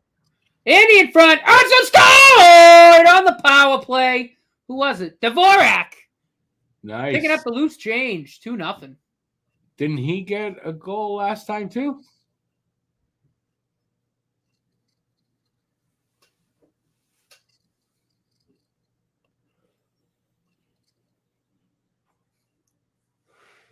Nice. Well, the refs Open side, no doubt about it. Refs talking, says Paul. Yeah, they're huddling about something. Hand pass, says Jason. He thinks. No, I thought Anderson touched Bob that says with the Mike stick come after back. he dropped it. Hey, off the line. How's it going, man? Slap playing great. Oh, Anderson touched that with the stick. Like he said, he thinks. Doesn't mean it was. Oh, yeah, that's no problem. He put it down and touched it. I thought it looked like he touched it. He did. He put it down and he touched it with his own stick. That takes away the hand pass. I don't know. From that angle, it might have bounced. I don't know. I didn't get touch it. He touches it. Yeah.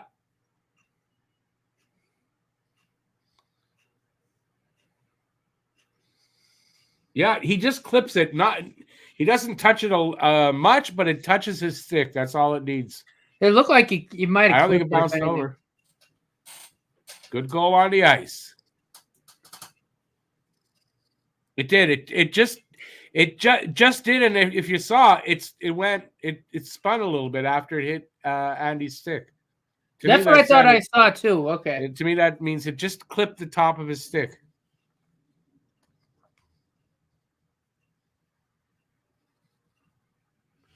Yeah, no, I think it did. When he moved to the backhand, I think he clipped it a little bit.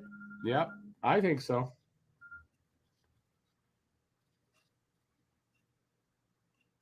There, coach's challenge. Apparently, you can challenge hand passes now.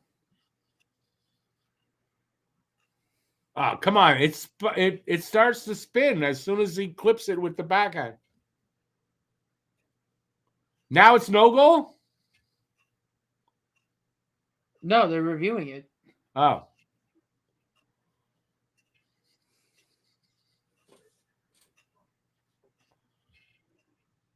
I thought he clipped it. I thought so. It's so tough to tell.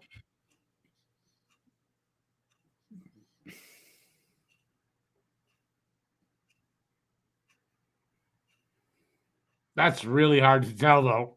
Jesus, that's tough. It is. Let's see from this angle. But then the play crosses over him where he would have clipped it. You can't tell. If you can't tell and it's not for sure, they have to leave it count, don't they? Right there. And then that angle from the back, it looks like he clipped it on the when he tried to play to the backhand. It's so hard. This is so hard to tell. I think he clipped it. To me, I don't know though. I think he clipped it.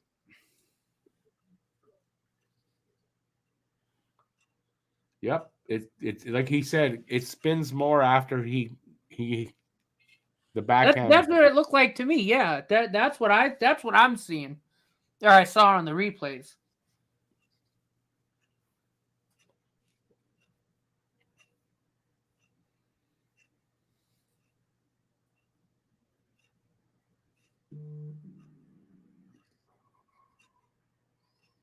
Yeah, it certainly looked like it took a touch.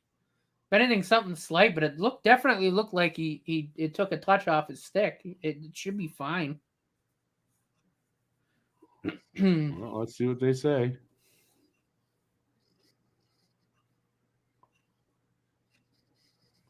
Yeah, off the line, you're right about that. You never know.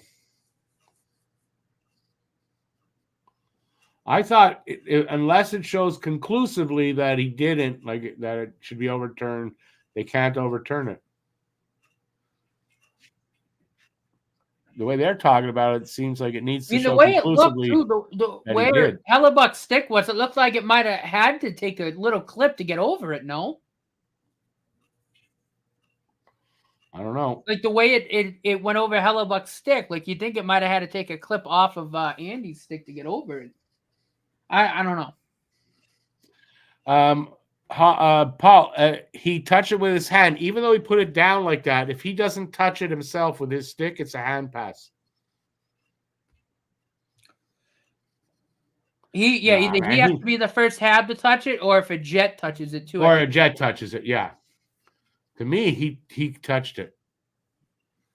I thought he clipped it. To me, it looked like he clipped it. Yeah.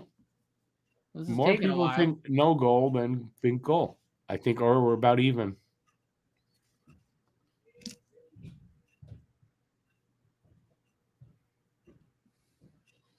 Galley says it's a goal.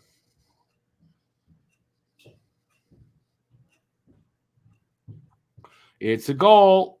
Good goal. Yep. I just don't think they had enough conclusive evidence. That's what I think, because it was That's really what it close. Is.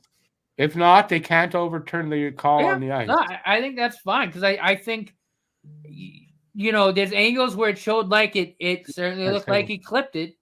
There's angles where it looked like you couldn't tell. So yeah, I mean, I think this is the right call, like regardless, right? Like, I just don't, there wasn't enough to go really either way. It depended on the angle you were looking at. Yeah, you couldn't tell. No, you really couldn't be conclusive. Habs go up on the power play. Yeah. So nice. So what we got? 4:56 left in the second. 15-13 shots on goal favor Montreal. They're up 2-0. On a surging Jets team too, which is really good. Yeah, but you could say they're playing well and all that, but they're due for a loss, kind of. No, exactly, right. So it's almost kind of like that perfect. Plus, we beat them in the first game, and plus, it ain't over yet. Well, no, I mean exactly. But I mean, I will say, I mean, through almost 40 minutes now, through almost two periods, I thought the Habs have played pretty well. They have. Thought they played a pretty good 40 minutes. Now it's the third period that we'll kind of see what they do. That's where it's been. That third period is what worries me, though, right? Right. No, me too. So I'd like them to build on this if they can. We saw a 4-goal lead almost go away last game. I know, and I was at the holiday party. I'm like, I checked the score once because I kept my phone in my pocket, mingling and meeting Alicia's coworkers. I checked the score; it was 4-0. Sweet, all right. We should win the game. We're good. A little bit later, we sit down to eat. I check it again, and I just see a message from Alex. Naughty, don't you dare blow this. I'm like, what are you talking about? I checked the score. I'm like, oh God, it's 4-3. Don't do this to me. Yeah, it was edge of your seat time. But we pulled it out. Bubs, I don't mind they get you take a chance, you challenge them. If you didn't get it, they penalize you. That's not so bad. I mean, it really wasn't a bad challenge. Like I could definitely see why. Like again, depending on the angle, like it looked like there might have been a case there. Like you just couldn't tell, and that's why the call on the ice stood. No, as it should have. I agree with Huso. That was a rocket from Moulin. The trajectory changed on it, so somebody touched it. Yeah, well, that's what I was thinking too, because it definitely looked like it. Either Hellebuck's stick when it hopped over or Andy's stick, but it definitely looked like it changed trajectory a little bit. And it spun more. So to me, I mean, he touched it. Ullinen with a one-timer save. Hellebuck, 26 seconds left on the power play. 3:22 left in the second. Now the shots are getting decent. 18-13 for Montreal. And 2-0. But they better not get complacent because 2-0 is not enough to get comfortable. Worst lead in hockey. Especially when you're a team that has a little trouble in the third. Yeah. Yeah.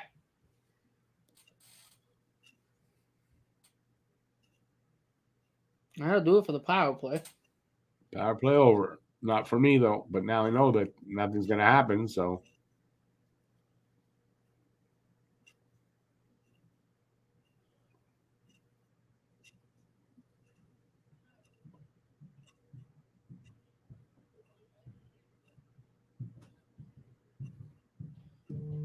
Slav got knocked down there.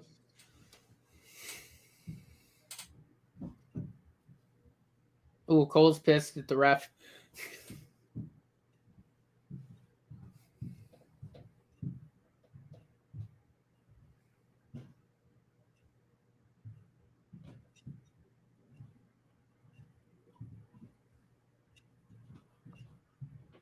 Why do you say he's mad at the ref? He looks mad at himself. I don't know. I don't know if he was. I didn't look offside to me, but he won the race, so it had to have been offside. Yeah, he looked mad at himself. I don't think he was mad at the. He's mad about something. Paul, 100-mile-per-hour winds down there? Wow. Kilometers, no? We had a lot of wind today. Yeah, but the east, the Maritimes, they're getting hit hard. Yeah, the storm system that came through. Yeah, listen, all the best to everybody out that way who's in a storm out there. All the best. Oh, speaking of Maritimes, what do you think of the name change for the Q? Doesn't bother me. Yeah, didn't bother me either.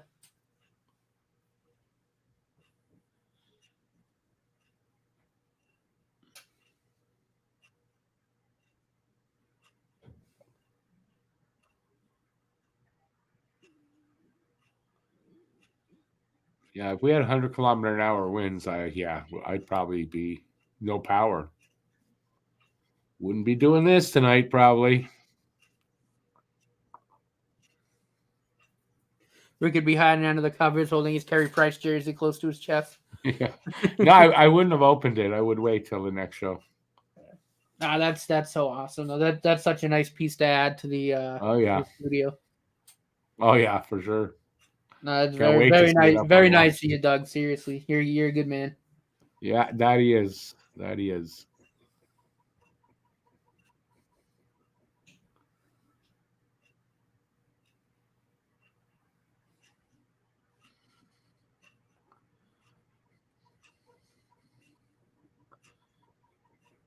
Those McPhils are dangerous. What?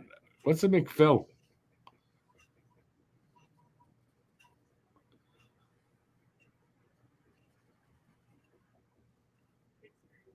George, we're in Canada. It's got to be kilometers. And by the way, they're showing the replay. That's Devo's second goal in 2 games, is it not? Didn't he get an empty netter? Yeah, he got the empty netter in the island. Yeah, that's good. That's good. Oh, good stop, Jake Allen. Oh, and that hit somebody right in the bum. They need secondary Oh, scoring and to someone's stick happen. exploded. It's good to see some secondary scoring. It's good to see Josh Anderson scoring. He's a goal scorer. Yeah, it's about time. Good to see that that's over. Oh yeah. I saw. Do you see the still image to after Caulfield scored the other night with him and Suzuki and Slav? They went in for the giant hug. Caulfield. Okay, but see, we were talking about a name for the first line, and I came up with small, medium, large. So the SML line, because of the picture I saw of the three of them together, small, medium, large. It's true. I like That's that. where I came up with that name. So yeah, I saw that.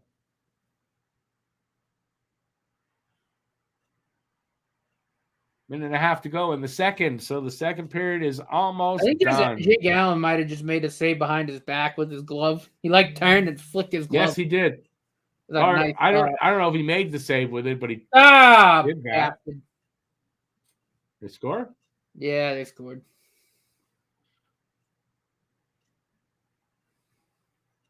Let me see it before I comment. Under a minute to go, so that's not a good. Oh, what happened there?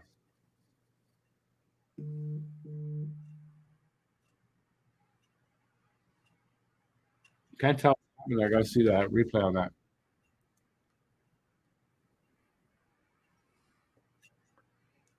Well, that puck took 10 deflections, and then it just fell to a guy right. He had like an empty net. Nothing Allen could do. Yeah, that's what I thought I saw, but that's why I wanted to see it again.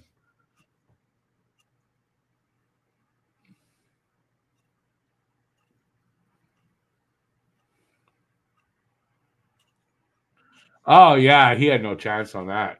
No, none at all. Where that puck landed, yeah, he had no chance on that.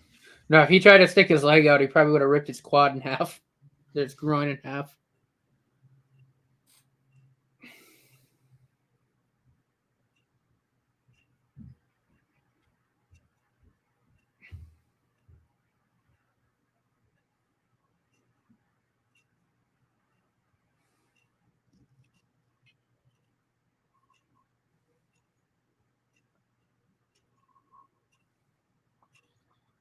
By here in Quebec, the power company just takes the money in. They don't do nothing else much. We still don't have the underground lines they promised us after the 97 ice storm.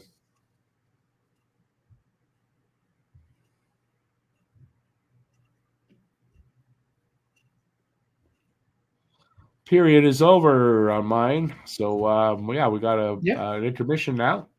We can talk about this second period. We can talk about anything you want. I'm just going to grab a drink. You do that.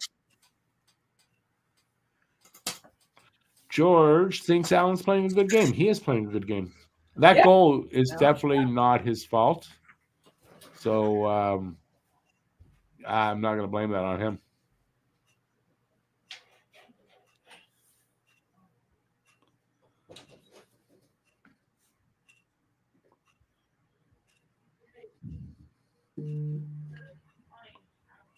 All right. So let me see. Second period. It was good. Montreal seemed to get a boost there, not only scoring the 2 goals. I just thought were playing a little bit better. And then I guess maybe it helps when Allen is also playing better and they're not coming from behind.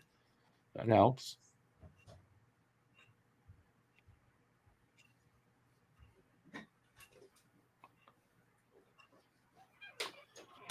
Yeah, I don't know about that. If they put them underground, there's going to be less outages. There's less things happen to them when they're underground. So I don't know if you're right there.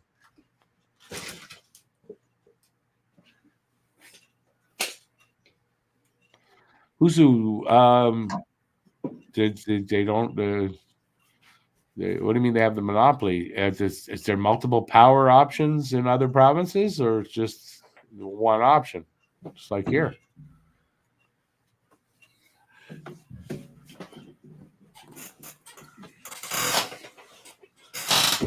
Allen's cap hit is the main reason he hasn't been traded. Oh, more than likely. Yeah. I mean, look at Carolina. They're trying out. They signed Aaron Dell to a tryout contract. Where else? One of the other teams also doing a cheaper option. Yeah, it's got to be that Allen's people can't afford the cap hit. And also, I think they would, probably anybody interested, because there's been interest shown, is probably asking, will you retain some salary? And since they've already done it on 2 other players, they got 1 left. They probably don't want to do that with Allen. Yeah, no, I doubt that they would. That could be a problem, right? Right.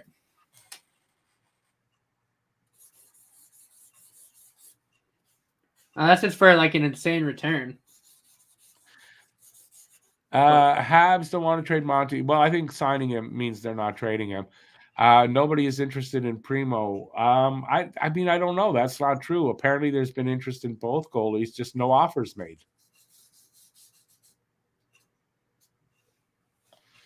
Paul, is 14 there? Here it's like 7 or 8. It was like 8 all day. I was out in my early fall, late spring stuff. So, yeah, but it's been rainy all day. Oh, it's pissing rain today here. Some provinces won't allow solar. Is that true? I didn't know that. That's interesting. Why wouldn't they allow it? Lennoxville has a second option for power? Really? I didn't know that. I've been up in Lennoxville before. I didn't know that. I mean, Sherbrooke, Sherbrooke's not a bad little town. Lennoxville is just at the top of Sherbrooke, if I'm correct. But it's not a bad little area there. Even if you're English, Sherbrooke's not. It used to be. I don't know about today, but when I was doing courier work, I had a route there for a while. I would go to Sherbrooke every day, and Lennoxville end up having to deliver at the college, and you could get by in English. It wasn't so bad. It was basically a bilingual town, so Sherbrooke's not a bad place.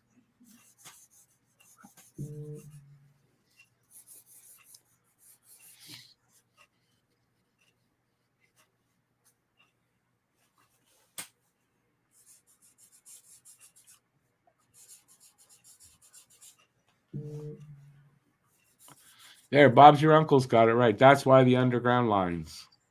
But they're never going to do that here because it costs too much money. It would get in the way of their profits. Can't have that now. Can't affect the bottom line, can we? No. Why should they deliver? They want to make the money for their product, but why should they deliver, a good product that doesn't get, go away ever? Yeah, they're not going to give us any of their profits on maintenance. Why would they do that? They wait till something breaks, then they fix it.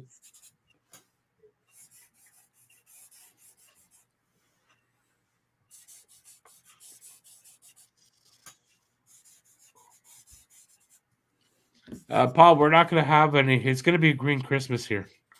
I think through all of Canada, pretty much. Maybe not in the north so much, like far north. But I know here, definitely we're going to have green. We're not supposed to have any snow till. We might be getting snow. After. No, we're not supposed to have any snow till after Christmas. From the long range forecast, it could always change, but we might. I think we might be getting some. Even if you get some, if it's not a certain amount, it's still a green Christmas. White Christmas has to. I hear it has to have over 2 centimeters of snow on the ground for it to be a white Christmas, something like that. What's that, like half an inch? Almost an inch. 2.5 centimeters to an inch. So it's what, like 3/4 of an inch, give or take? Something like that. Close enough. Remember, I'm in the United States. I don't use this stupid metric system. Oh, I know. I'm not making fun of you. No, I'm just making fun of you because your system's stupid. I'm just kidding. You keep thinking you're hearing your phone buzz, but it's one of ours. No. My phone didn't buzz.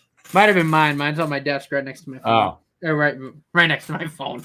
Right next to my laptop. Paul wants to know if Pasternak got suspended. Do you know? I have no idea. No idea.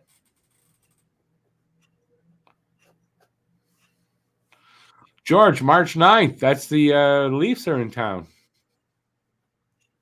Or if you're going in Toronto, I don't know. No, it says Montreal, here I come. Yeah, that's when we play the Leafs.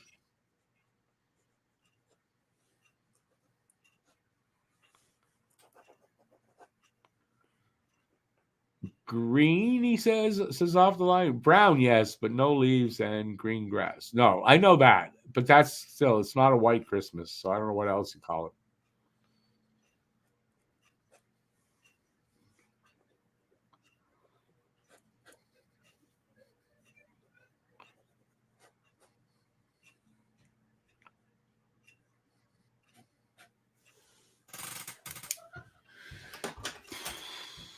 So where's here now? Are you in Quebec?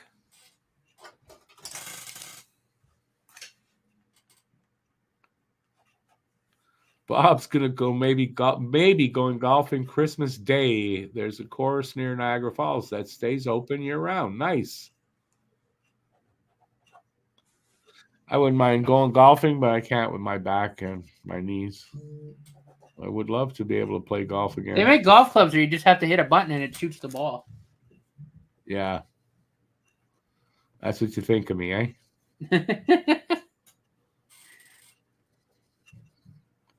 Listen, if you want to swing the clubs, swing the clubs. I'm just saying, like, you can play golf. They make it old people ready. Anyways, ladies and gentlemen, say goodbye to Matt because this is going to be his last appearance on Talking Habs. I'm telling you right now.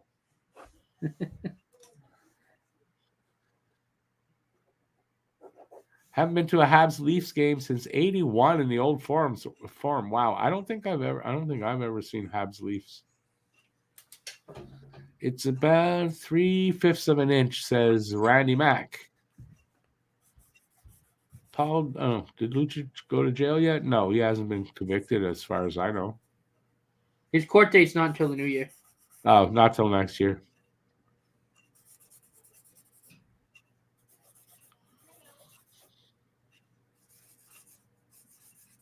Matt off the line says, Matt, you're fired. You're fired. Rick can't fire me. I own 50% of the company. Oh, not yet? You don't. I can still fire you. I don't know. You signed away 50% of the company. I haven't signed anything yet. Yeah, you did. You don't remember? No, I'd remember. Don't worry. I'm not that old.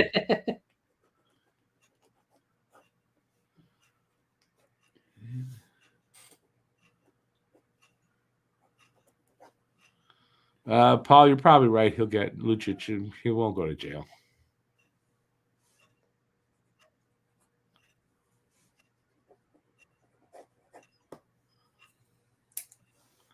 Well, Joe, I know you're kidding. The only person that ever traded a Hab in between periods was Gauthier. He traded Mike Camilleri in between the second and third period of a game. And he did it to be nasty because Camilleri had criticism about how that asshole was running the team. And yeah, Camilleri was right. God, that's a while ago. Yeah.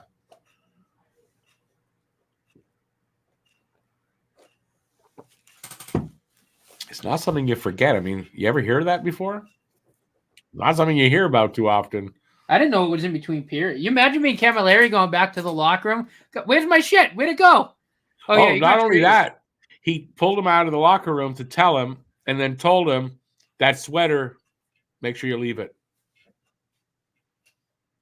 So that's how nasty he was. And that's just because Camilleri was telling the truth on the radio about stuff that was going on and how bad Gauthier was. He was horrible. Horrible GM. Oh, yeah.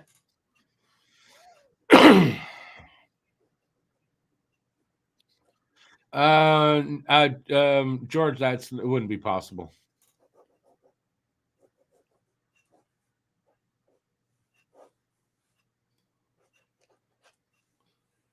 But they might try it and then say, well, we wanted to get it done before we can't trade anybody.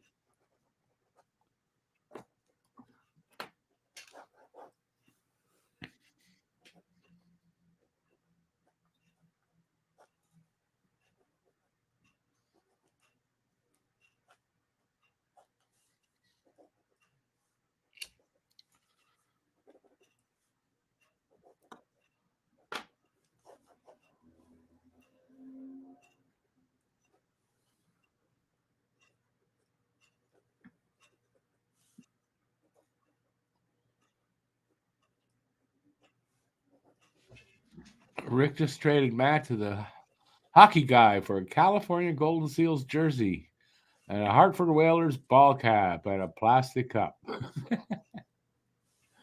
Hockey guy said, no, I'm not making that deal. I don't request a trade anywhere. I'd request a trade to Hockey Junkie. The Hockey Junkie. He wants to go. He's cheating on me with Junkie. I'm not. Yep.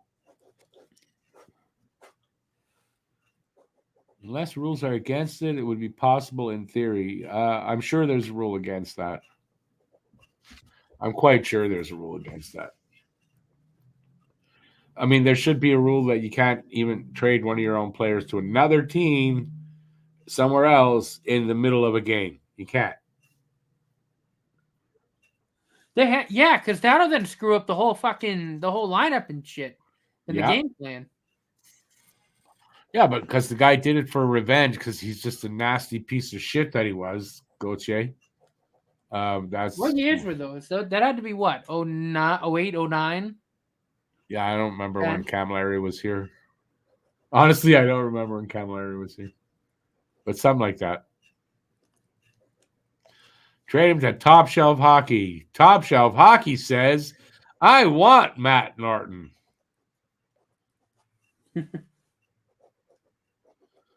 You cleared waivers, Matt, apparently. I was never put on waivers. Although I am a free agent at the end of the season. We didn't want to tell you, but, you know.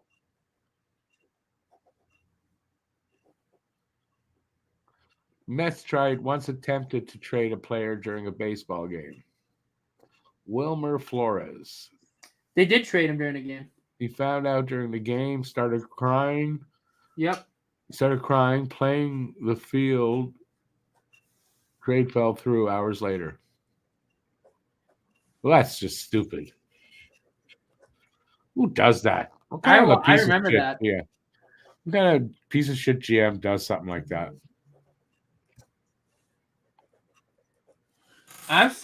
There's one time. In band camp? Was it one time in band camp? Tell me the truth. No. This was during a baseball game. I shit you not. The two teams that were playing the game made a trade. And so the players went in the dugout, walked to the other dugout, came out wearing the other team's uniforms. No. Dead ass. Can't happen during a game. Dead ass. That happened. I swear to God, that happened. Dead ass. I know this happened. The Expos had a game. I forget what team it was against. After the game, they traded somebody there, or it was the other way around, something like that. And so the guy just, didn't have to leave town with the team.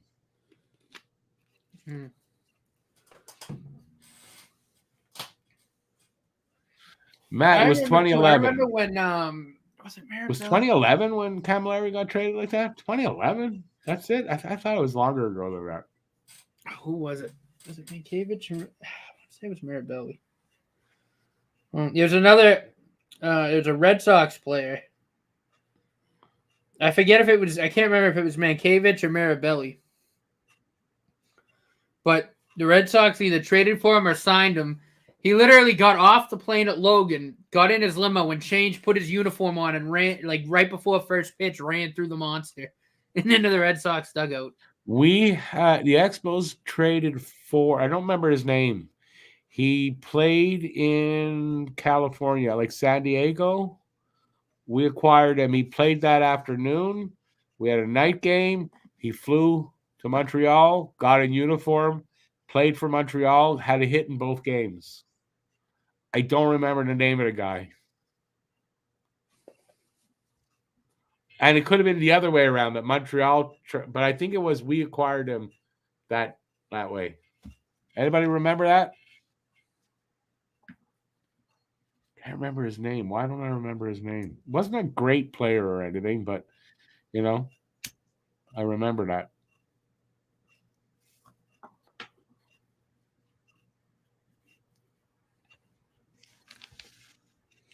Yeah, so it was Doug Marabelli. So the Red Sox traded for him.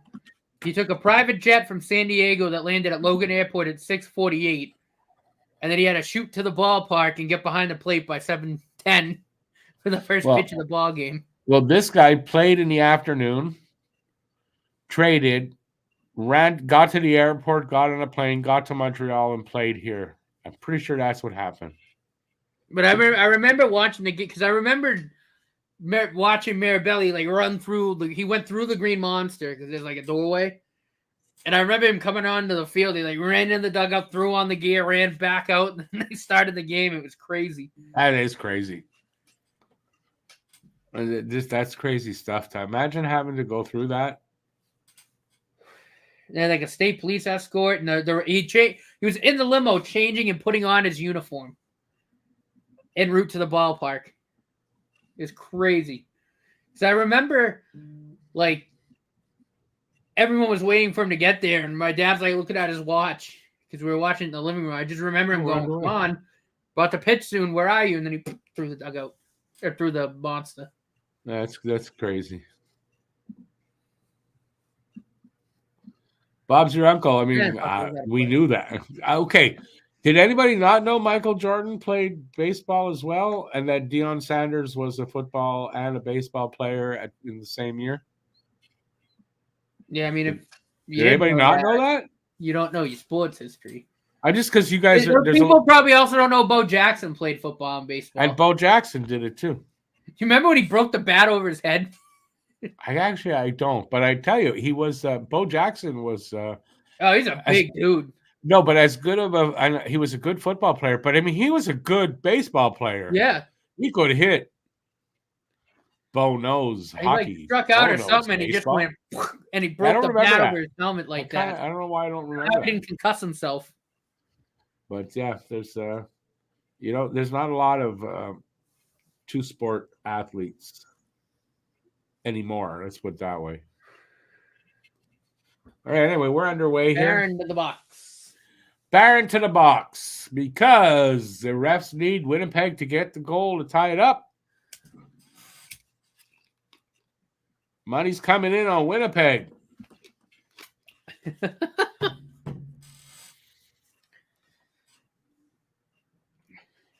Blammo. Good clear. Holding. Ooh, go Sues. Oh, we're 5 minutes.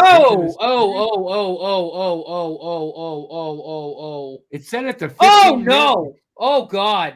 It said he got the penalty at the 15-minute mark. Boy. Oh, Josh Morrissey. Oh, jeez. Suzuki took a shot. It went up, hit Morrissey right into the eye. They just showed him coming off. He's gushing blood all the way down his face. Oh, I just missed it. Oh, yeah. He's okay, though. That doesn't look that bad. It cut him bad. On the right cheek, here. Yeah. Right going on, right all here. the way down. Yeah, I saw it right here. Oh, yeah. Ouch. That gotta hurt, though. He stayed on his feet. Good on him, man. Probably broke his cheekbone. Maybe. Or his orbit. Well, he stayed on his cheek, though. I mean, that's pretty good on him to stay. Like, but I mean, it probably broke the cheek, the bone that's right here. Tough like guy, it hit him, man. Like the bottom of his orbit. Well, I get what you're saying, but that's the tough guy there to react like that and just skate off like nothing happened. I know. That's a hockey player for you, man.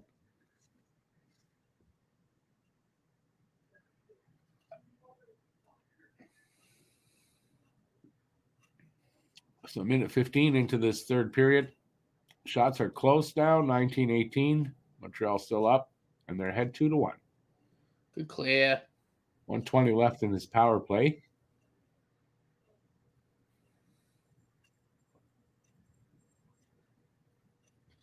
They don't have a very good power play. It's the same as Montreal's, basically. Oh, That was a chance at the side of the net. I don't see what happened. Did Allen make a save there? That was a good save if he did. Good stop, Allen. Good clear. That was a snapshot from up close by Suzuki. Now imagine if that was Weber's clap bomb that hit Morrissey there. Oh, Jesus. Dead. Would have been dead.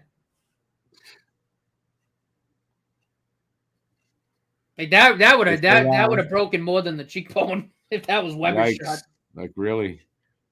Bob's I hadn't actually Marty's. I might have kind of said something about it in the preview one last week. That he wouldn't give up on a player until the player gives up on himself. He said that about Andy, and Andy hadn't given up on himself. That's for sure.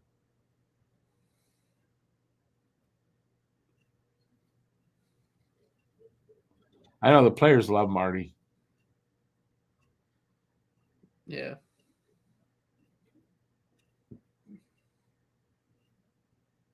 Especially Caulfield, because Marty's his dad. Hey, BL, that's been a pretty good game.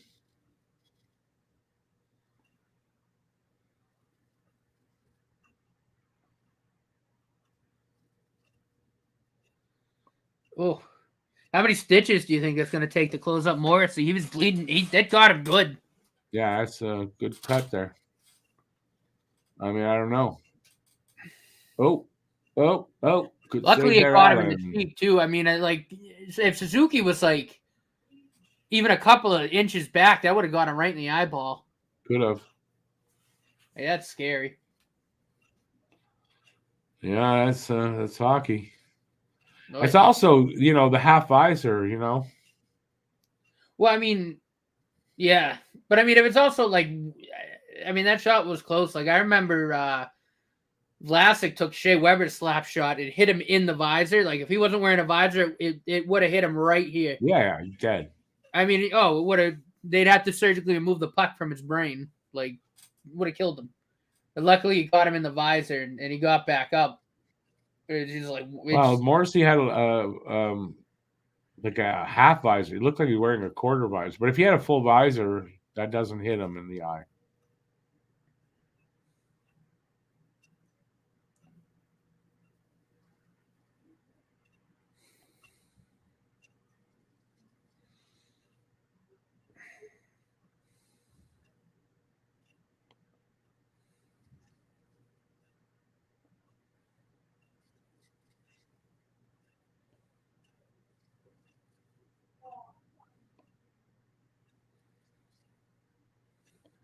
I see Paul's comment there.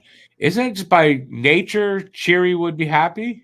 Unless you meant Don Cherry.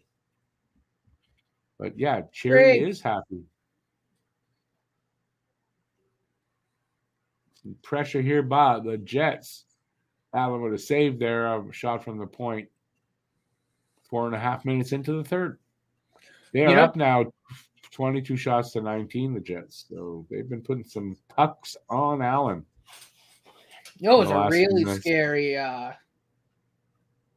puck to the head was you remember when Deneau got hit in the back of the head with Chara's slap shot? Who? When Phil Deneau took Chara's slap shot to the back of the head? I think so. I thought Deneau was dead. Like I thought it killed him. That's why I heard the crack. I'm like I thought his head was cracked. That was scary. He should keep that helmet and put it up on the wall. Yeah. BL, you get 100-kilometer-hour winds up to 150 millimeters of rain. That's crazy. Just shows you how tough the helmets are. Helmet took the full force of that and didn't crack. That's why they pay lots of money for them. Oh yeah. Now if he was wearing your Jofa, I think it would have been a different story. He's dead. Oh yeah. You still got the Jofa? Yep, it's behind me. Nice. Can't see it because of the tree. Oh yeah. It's funny. I love rewatching, going back and watching some of the watch-alongs from the 2021 Cup run. Every time they go to OT, you get the Jofa on. Oh I just yeah, love it. I haven't seen any of those. I don't rewatch. It's great. I don't really rewatch the live shows. I just rewatch them for, I don't know, just to watch like just moments and stuff. And that was my beginning on the channel, so it's still kind of cool to see that and to where I am now in terms of a setup. Oh, for I sure. went from my frigging couch and my stupid headset to sure. Pretty legit setup. Paul, Don Cherry says if that puck to the eye there happens to a European player, they would have to bring out the stretcher. But that's what Don Cherry would say.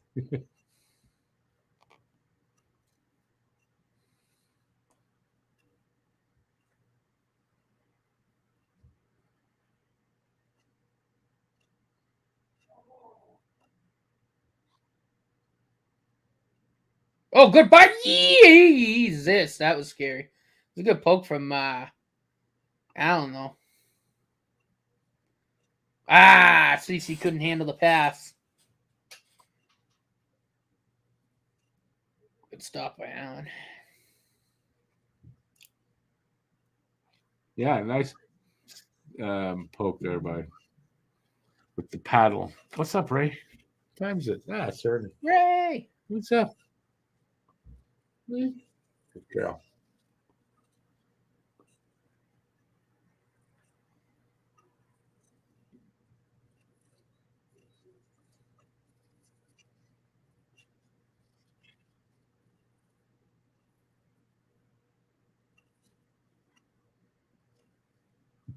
Don loves Europeans and French Canadians. He turned over a new leaf. He loves them now. Grapes. Okay, baby, you gotta go down.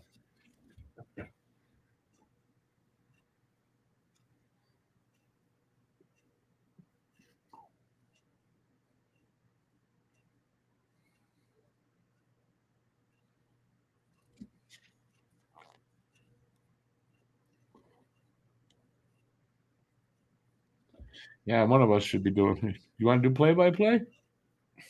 My brain's not. I'd be a little ahead of you, but yeah, I can do that. That's true. That's because we're off. That's why. I think that's why we're not doing it. I mean, I'll still do it, though. I'm cool with it. No, it screws me up. No, I'd rather you don't, actually. That's why, Randy. Okay. That's fine.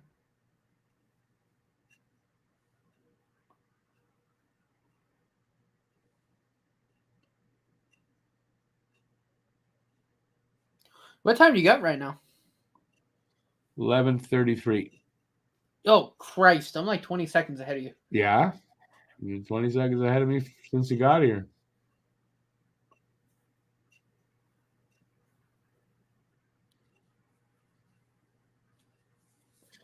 BL, they are getting more and more stress, especially where you're living, because, you get a lot of bad weather anyway. Good glove stop. The Habs logo looks somehow outdated. Where?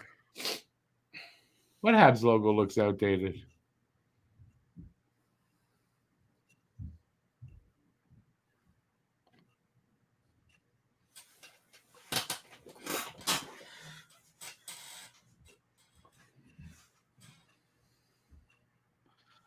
Pretty classless move by Minnesota in Pittsburgh tonight. What did they do? Oh, yeah, they're not starting Fleury. Yeah? Isn't he retiring? It's his last game in Pittsburgh. Like, you'd think they'd start him. Oh, they didn't start him. Yeah, they didn't start him. Oh, that's stupid. I think so. Yeah. That's really stupid.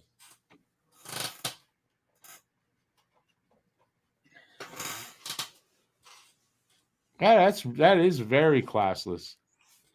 I think so, yeah. Jeez.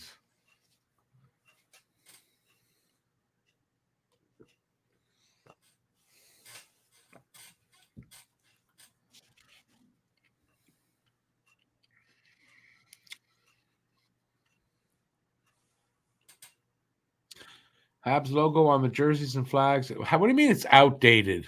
It's been the same logo for like a bazillion years. No, that's what he means. It's outdated.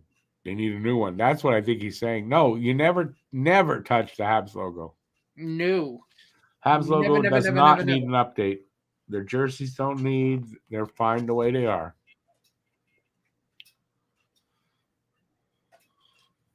I agree. But I don't get what update. Like, what do you like? What? How do you want to update them?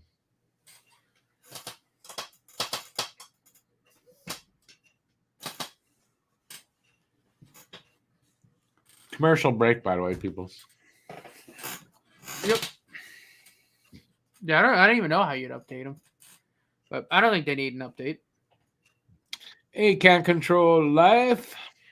What do you think of your Sens with the move firing the coach? I love that question. That was funny. What question? Are they going to be fucking boring as hell to watch? With Jacques Martin. Jacques Martin. Oh, yeah. Suzuki got robbed. Well, yeah. I mean, welcome to boring hockey over there in Ottawa for now. Although Elliot Friedman doesn't think he'll be there, he'll be the coach that long. He feels. It'd be something if they hire Berube and the Blues hire DJ Smith. Yeah, DJ Smith ain't getting hired too quick, I don't think. No, he's a moron. Him and Ducharme, they can. Ducharme's, I thought, still would be. Yeah, he's an assistant, but I mean, as a head coach, he ain't getting a head coach. No. DJ Smith might get an assistant coaching job, but he's not getting head coach for a while, if ever.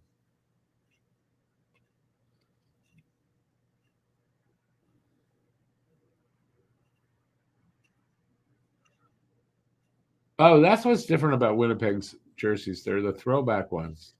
Mm-hmm. Yeah, I should have known. Should have known that. Just knew something was odd about them. It's like that's the logo from when I was a kid. Yeah, pretty much, right? That is it. But that's why, I mean, it's like I go right back to there and go, yeah, it's normal logo for them.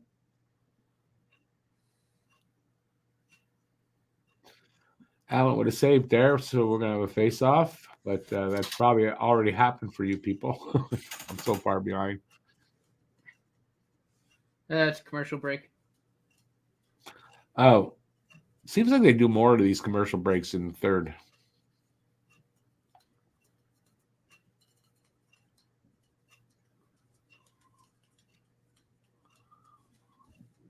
Well, Sufka, if they just left it alone, I'd be happy with it. I mean, it's one of the logos that I don't think there's any need to change. Besides, it's an original 6. Leave it alone. Leave it alone. Yeah.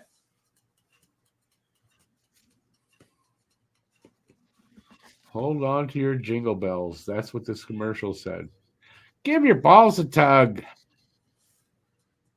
By the way, 1 week from tonight, Letterkenny, last season of Letterkenny, starts on Crave here in Canada, and the next day on Hulu in the States.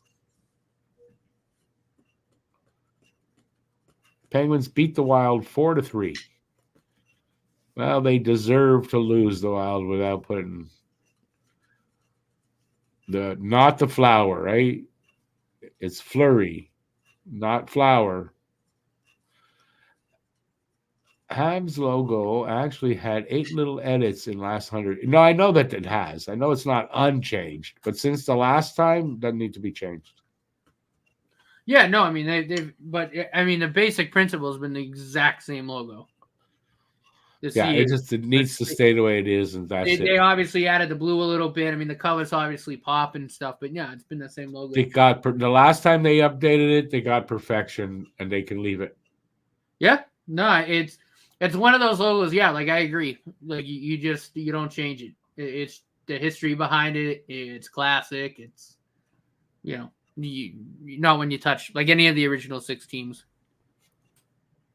Well, I know something you weren't talking about totally, but no, you don't have to do anything to it. Just find the way it is. BL, you've never watched Letterkenny? Well, you should do that. It's worth it. Am I watching new season of Reacher? Of course I have. I've seen all 3 episodes so far.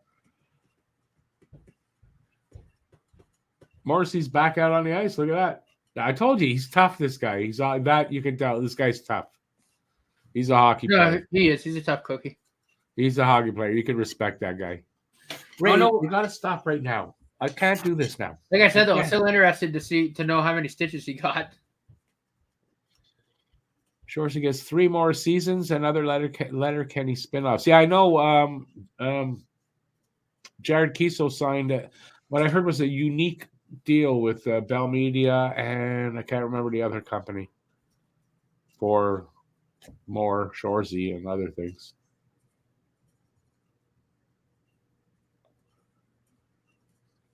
We're negotiating right now for he's going to write a new series called Talking Habs. I didn't tell anybody. I wish. Talking Habs the other day. There you go. It fits perfectly, doesn't it? No, I know. That's what I'm saying. Perfect. If we can ever get him on the pod, we got to have him do a little recording of the intro, and you just play that. Yeah, no, we got to send that to him. Talking Habs the other day on YouTube. Well, you and your buddies were talking Habs the other day. BL, I was thinking of that just the other night about Yellowstone. It was supposed to come back in November. So, yeah, I'm waiting for that, too. Shit, it's 2-2. Yeah. Rebound right there. The guy was right there. That Perfetti. 2-2 ties. Didn't I tell someone earlier this game ain't over when we were at 2-0? I said it. Probably me. I didn't think the game was over at the tie.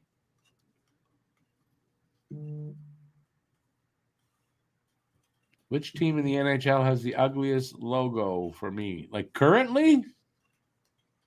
Oh, God. Well, I think it's the one that for me is perennially the ugliest logo, probably since I'm a kid. That's Toronto Maple Leafs. I can never look at that. Like every time I look at a Leafs uniform, I sort of gag a little bit. Yeah, I can agree. Perfetti from Mesnikov, and Dylan ties it up. 7:20 to go. Tied game. So could be next goal wins this game. Let's hope it's a Montreal goal.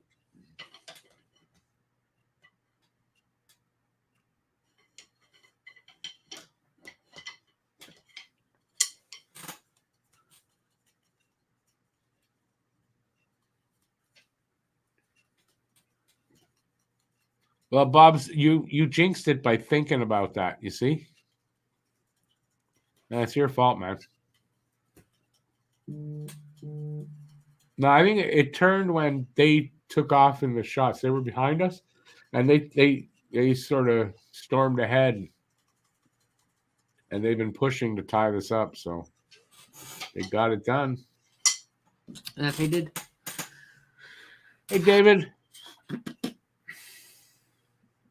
Oh, well, late to the party. Better late than never, as they say. Hold fires just wide.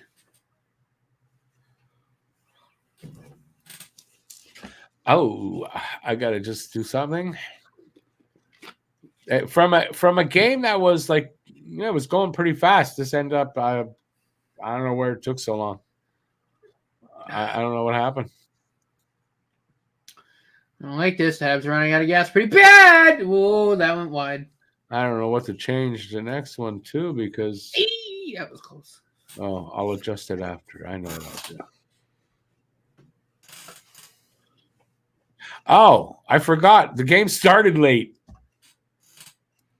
I forgot. Started at 7:30. Not. There's a whole half hour, 35 minutes to go till the next show. So no, this game is going fast, and I'm an idiot. Those two things, yeah, sounds right.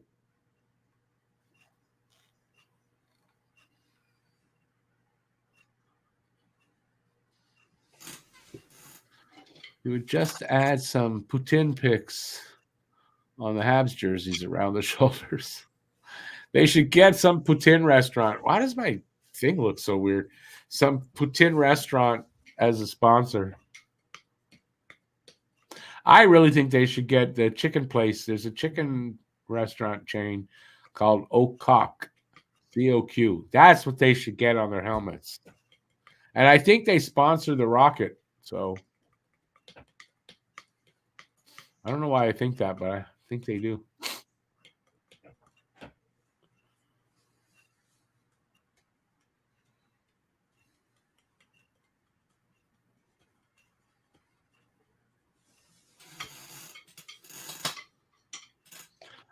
Yeah, I don't like the Knights logo in particular, stuff either.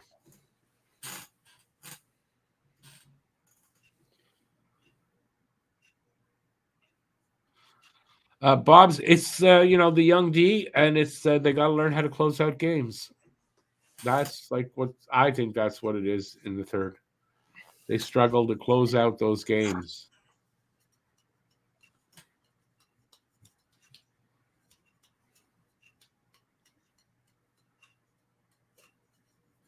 Vegas helmets suck. The gold. Matt likes them. I do not like their golden helmets or LA's silver helmets. That's gaudy beyond gaudy.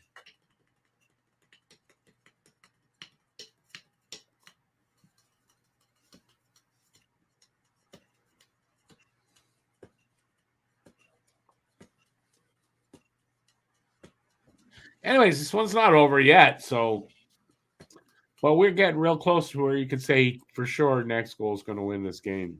But we're not there yet. We're getting there.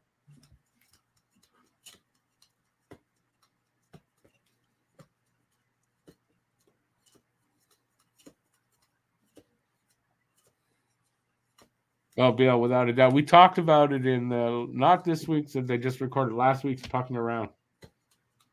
We talked about it. I was the only one that didn't like him. The three young guys liked them. I like the Golden Knights helmets. I'm a Notre Dame guy, and they wear gold helmets. And I love different when you're outdoors, and it's a different. I don't know. It just doesn't work in hockey. It doesn't. No, they wear their hockey team wears gold. The lacrosse team wears gold. The baseball team, softball team, the helmets are gold. Oh, they're horrible. I love them. They're awesome. I just think you're poopy pants. Yeah, I know you're American. That's why. And that's the explanation. You're American. You guys like that gaudy stuff.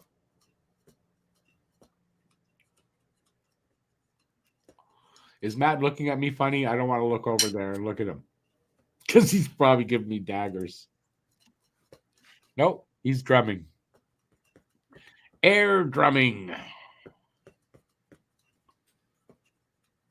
J-Fed likes the Vegas and LA helmets.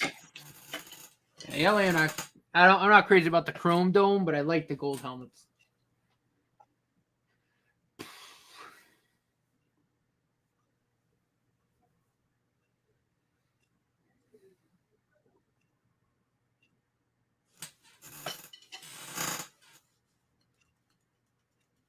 Jake Allen gets a shot on goal.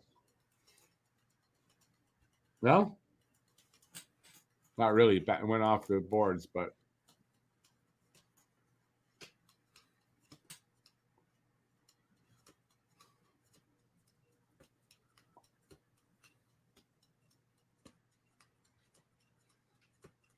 Looks like a young Neil Peart, really? I don't like Rush that much, so okay. Oh, speaking of classic rock, you see Keith Richards turned 80 today? 80. You know what else I never thought those words would ever come out of my mouth. When he was 30, there was some magazine that reported like he was going to be, they expected him to die within the next year from the lifestyle. He's 50 years later. He's still going. No, I'm sure people saw 80 and Keith Richards in the same sentence and went, what? Yeah, he's the devil. Only the devil could live that long. My and Uncle do what Rich he's and done. I, we have this tradition every New Year's. We send each other a meme about Keith Richards still being alive. Still alive. Listen, I remember in the 80s thinking we all thought he was going to be dead soon.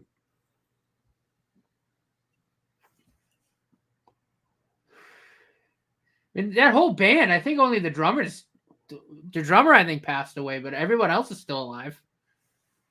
Like Mick Jagger's still going. Oh, numbers. Big numbers. Mario Armia. Pass across. Bill Wyman died, but I guess not.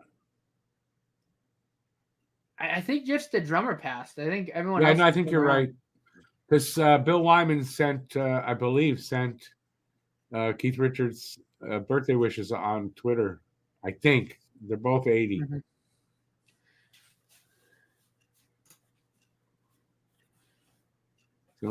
Some excitement.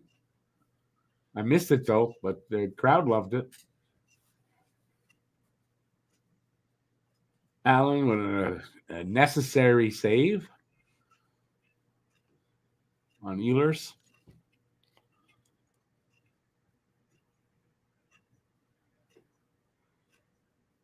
Bob's, you're right. Brian Jones died at 27. Yes, you're right. So that's the other. But I mean, I don't think Matt's thinking about Brian Jones, or even maybe knows who Brian Jones is. So, and not a lot. I mean, like I know the name, but I don't. You know, when I think of the Stones, like I think of the. Well, you wouldn't. No. I mean, he died in 66, 65. Yeah, so that was when the band was first kind of. He drowned in a pool. He was probably really high. And, yeah. Mm. But you wouldn't know. He was the driving force at the time behind their creativity.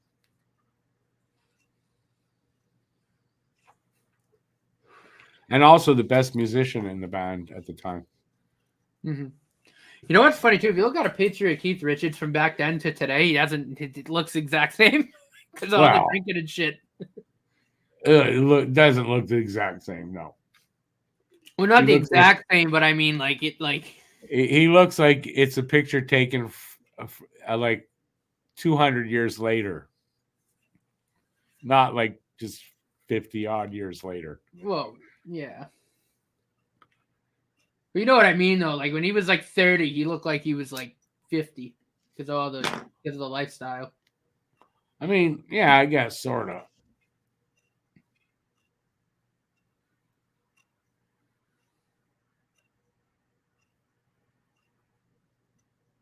One and a half minutes, according to my clock here. Oh, well, Barron's in a headlock. Now his head is in someone else's wee-wee. 1 minute remaining. Final minute of play in the period.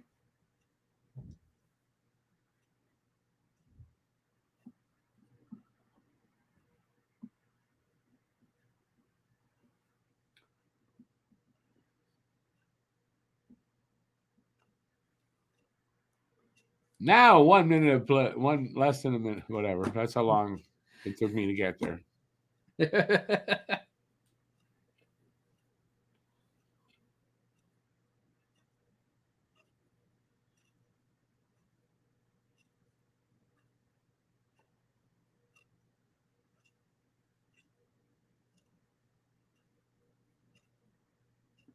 We are more than likely going to overtime. Icing call. Nice. We're going to overtime here.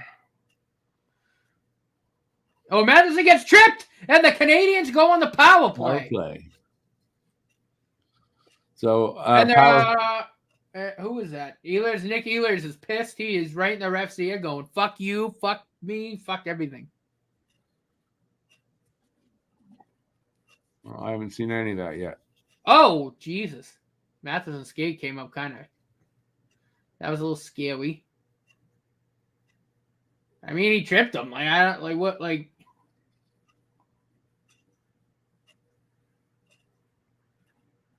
Trying to say he's trying to say Matheson tried to, like, he got tripped. Let's see. Yeah, that's tripping for sure. He's saying he was interfered with, though, before the call. No, I don't think it was that. I think he was saying he thought Matheson tried to kick him in the neck on his way down. It's like he got tripped. Like, no. No, Matheson didn't try to kick him. No, he was going down. He got tripped.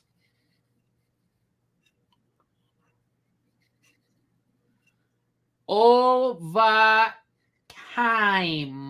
in Winnipeg. Lucas, the guy did come back. Yeah, he's fine. He'll probably get a billion stitches, though. Morrissey, yeah. We're going to overtime.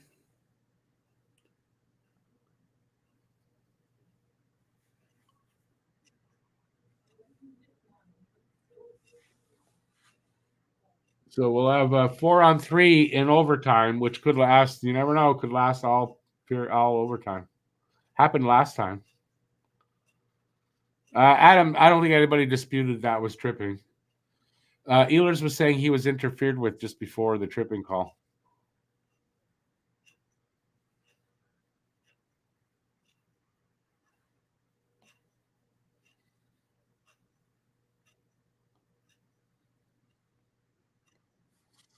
Bob's your uncle and the lead singer of his own his solo career, Morrissey. I never really listened to that stuff. I never got it back in the day. So I was not a fan of Morrissey or the Smiths.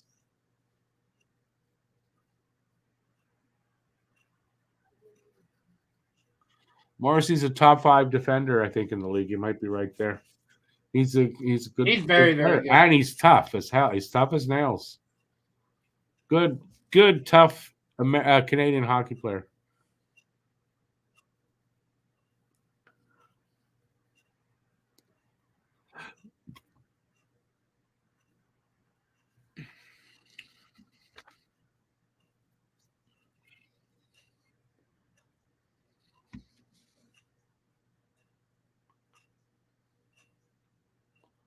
It is who's the color guy? Possibly Gary Galley. It's Gary Galley. Yeah, he's biased. Caulfield, Suze, Monahan, Matheson on the ice for the Canadiens to start overtime.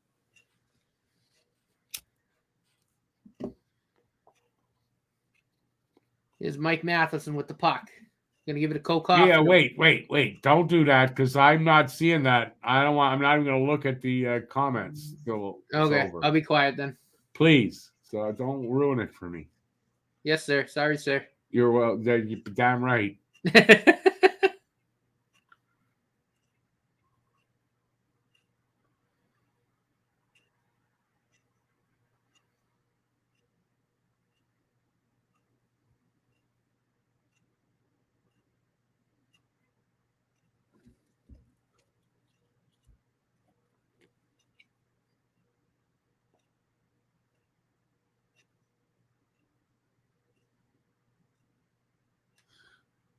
5-on-3. Cross check against Winnipeg. Matheson went down and he got cross checked like 3 times in the back. 2-man advantage. Nice.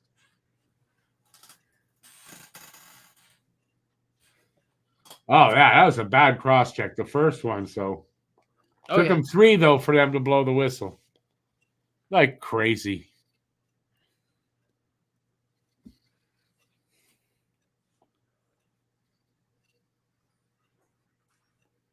Matheson going to get called as well, they said.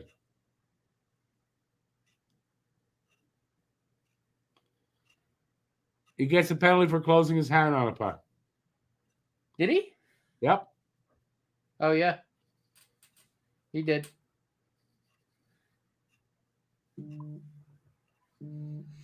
Barron, Caulfield, Suze, and Monahan going to be on the ice.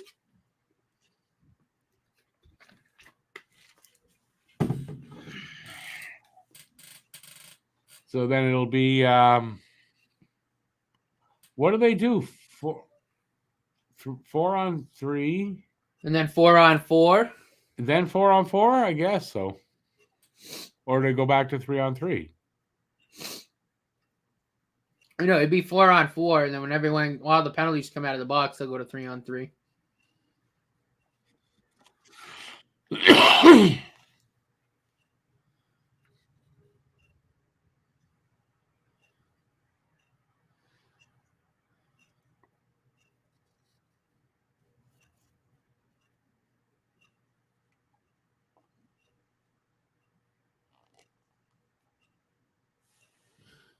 Yeah, let me turn this off, just in case.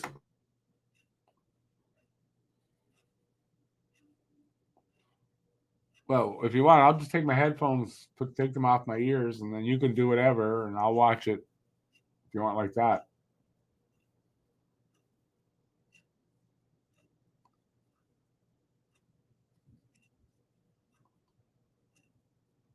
Boys. Scores! Boom! Right after I muted myself. Literally, Yeah. I hit the button, turned, snipe. Who got that? Barron? Justin Barron. Justin Barron. Sniped it.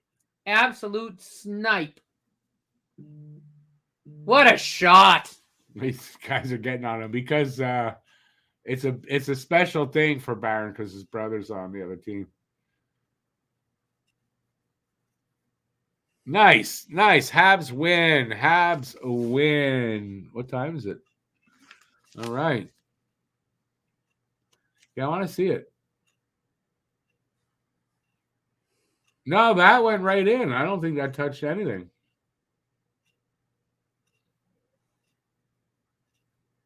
That went right in, I think. Caulfield. So you got that from Caulfield and Suzuki.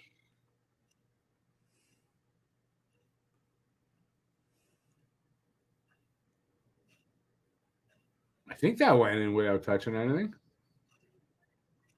Oh, and his brother was the one trying to block that shot. That's why it's so sweet for him. Nice.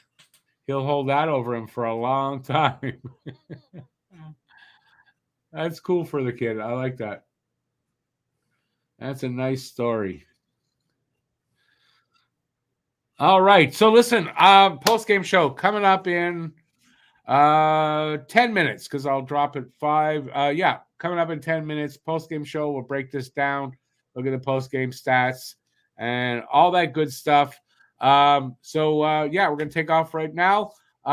Thanks for watching, everybody. Be back in 10 minutes. Stay safe out there. Peace out. And that's it. Ciao. Go Habs, go. Keep your stick on the ice, and I'll see you in 10 minutes.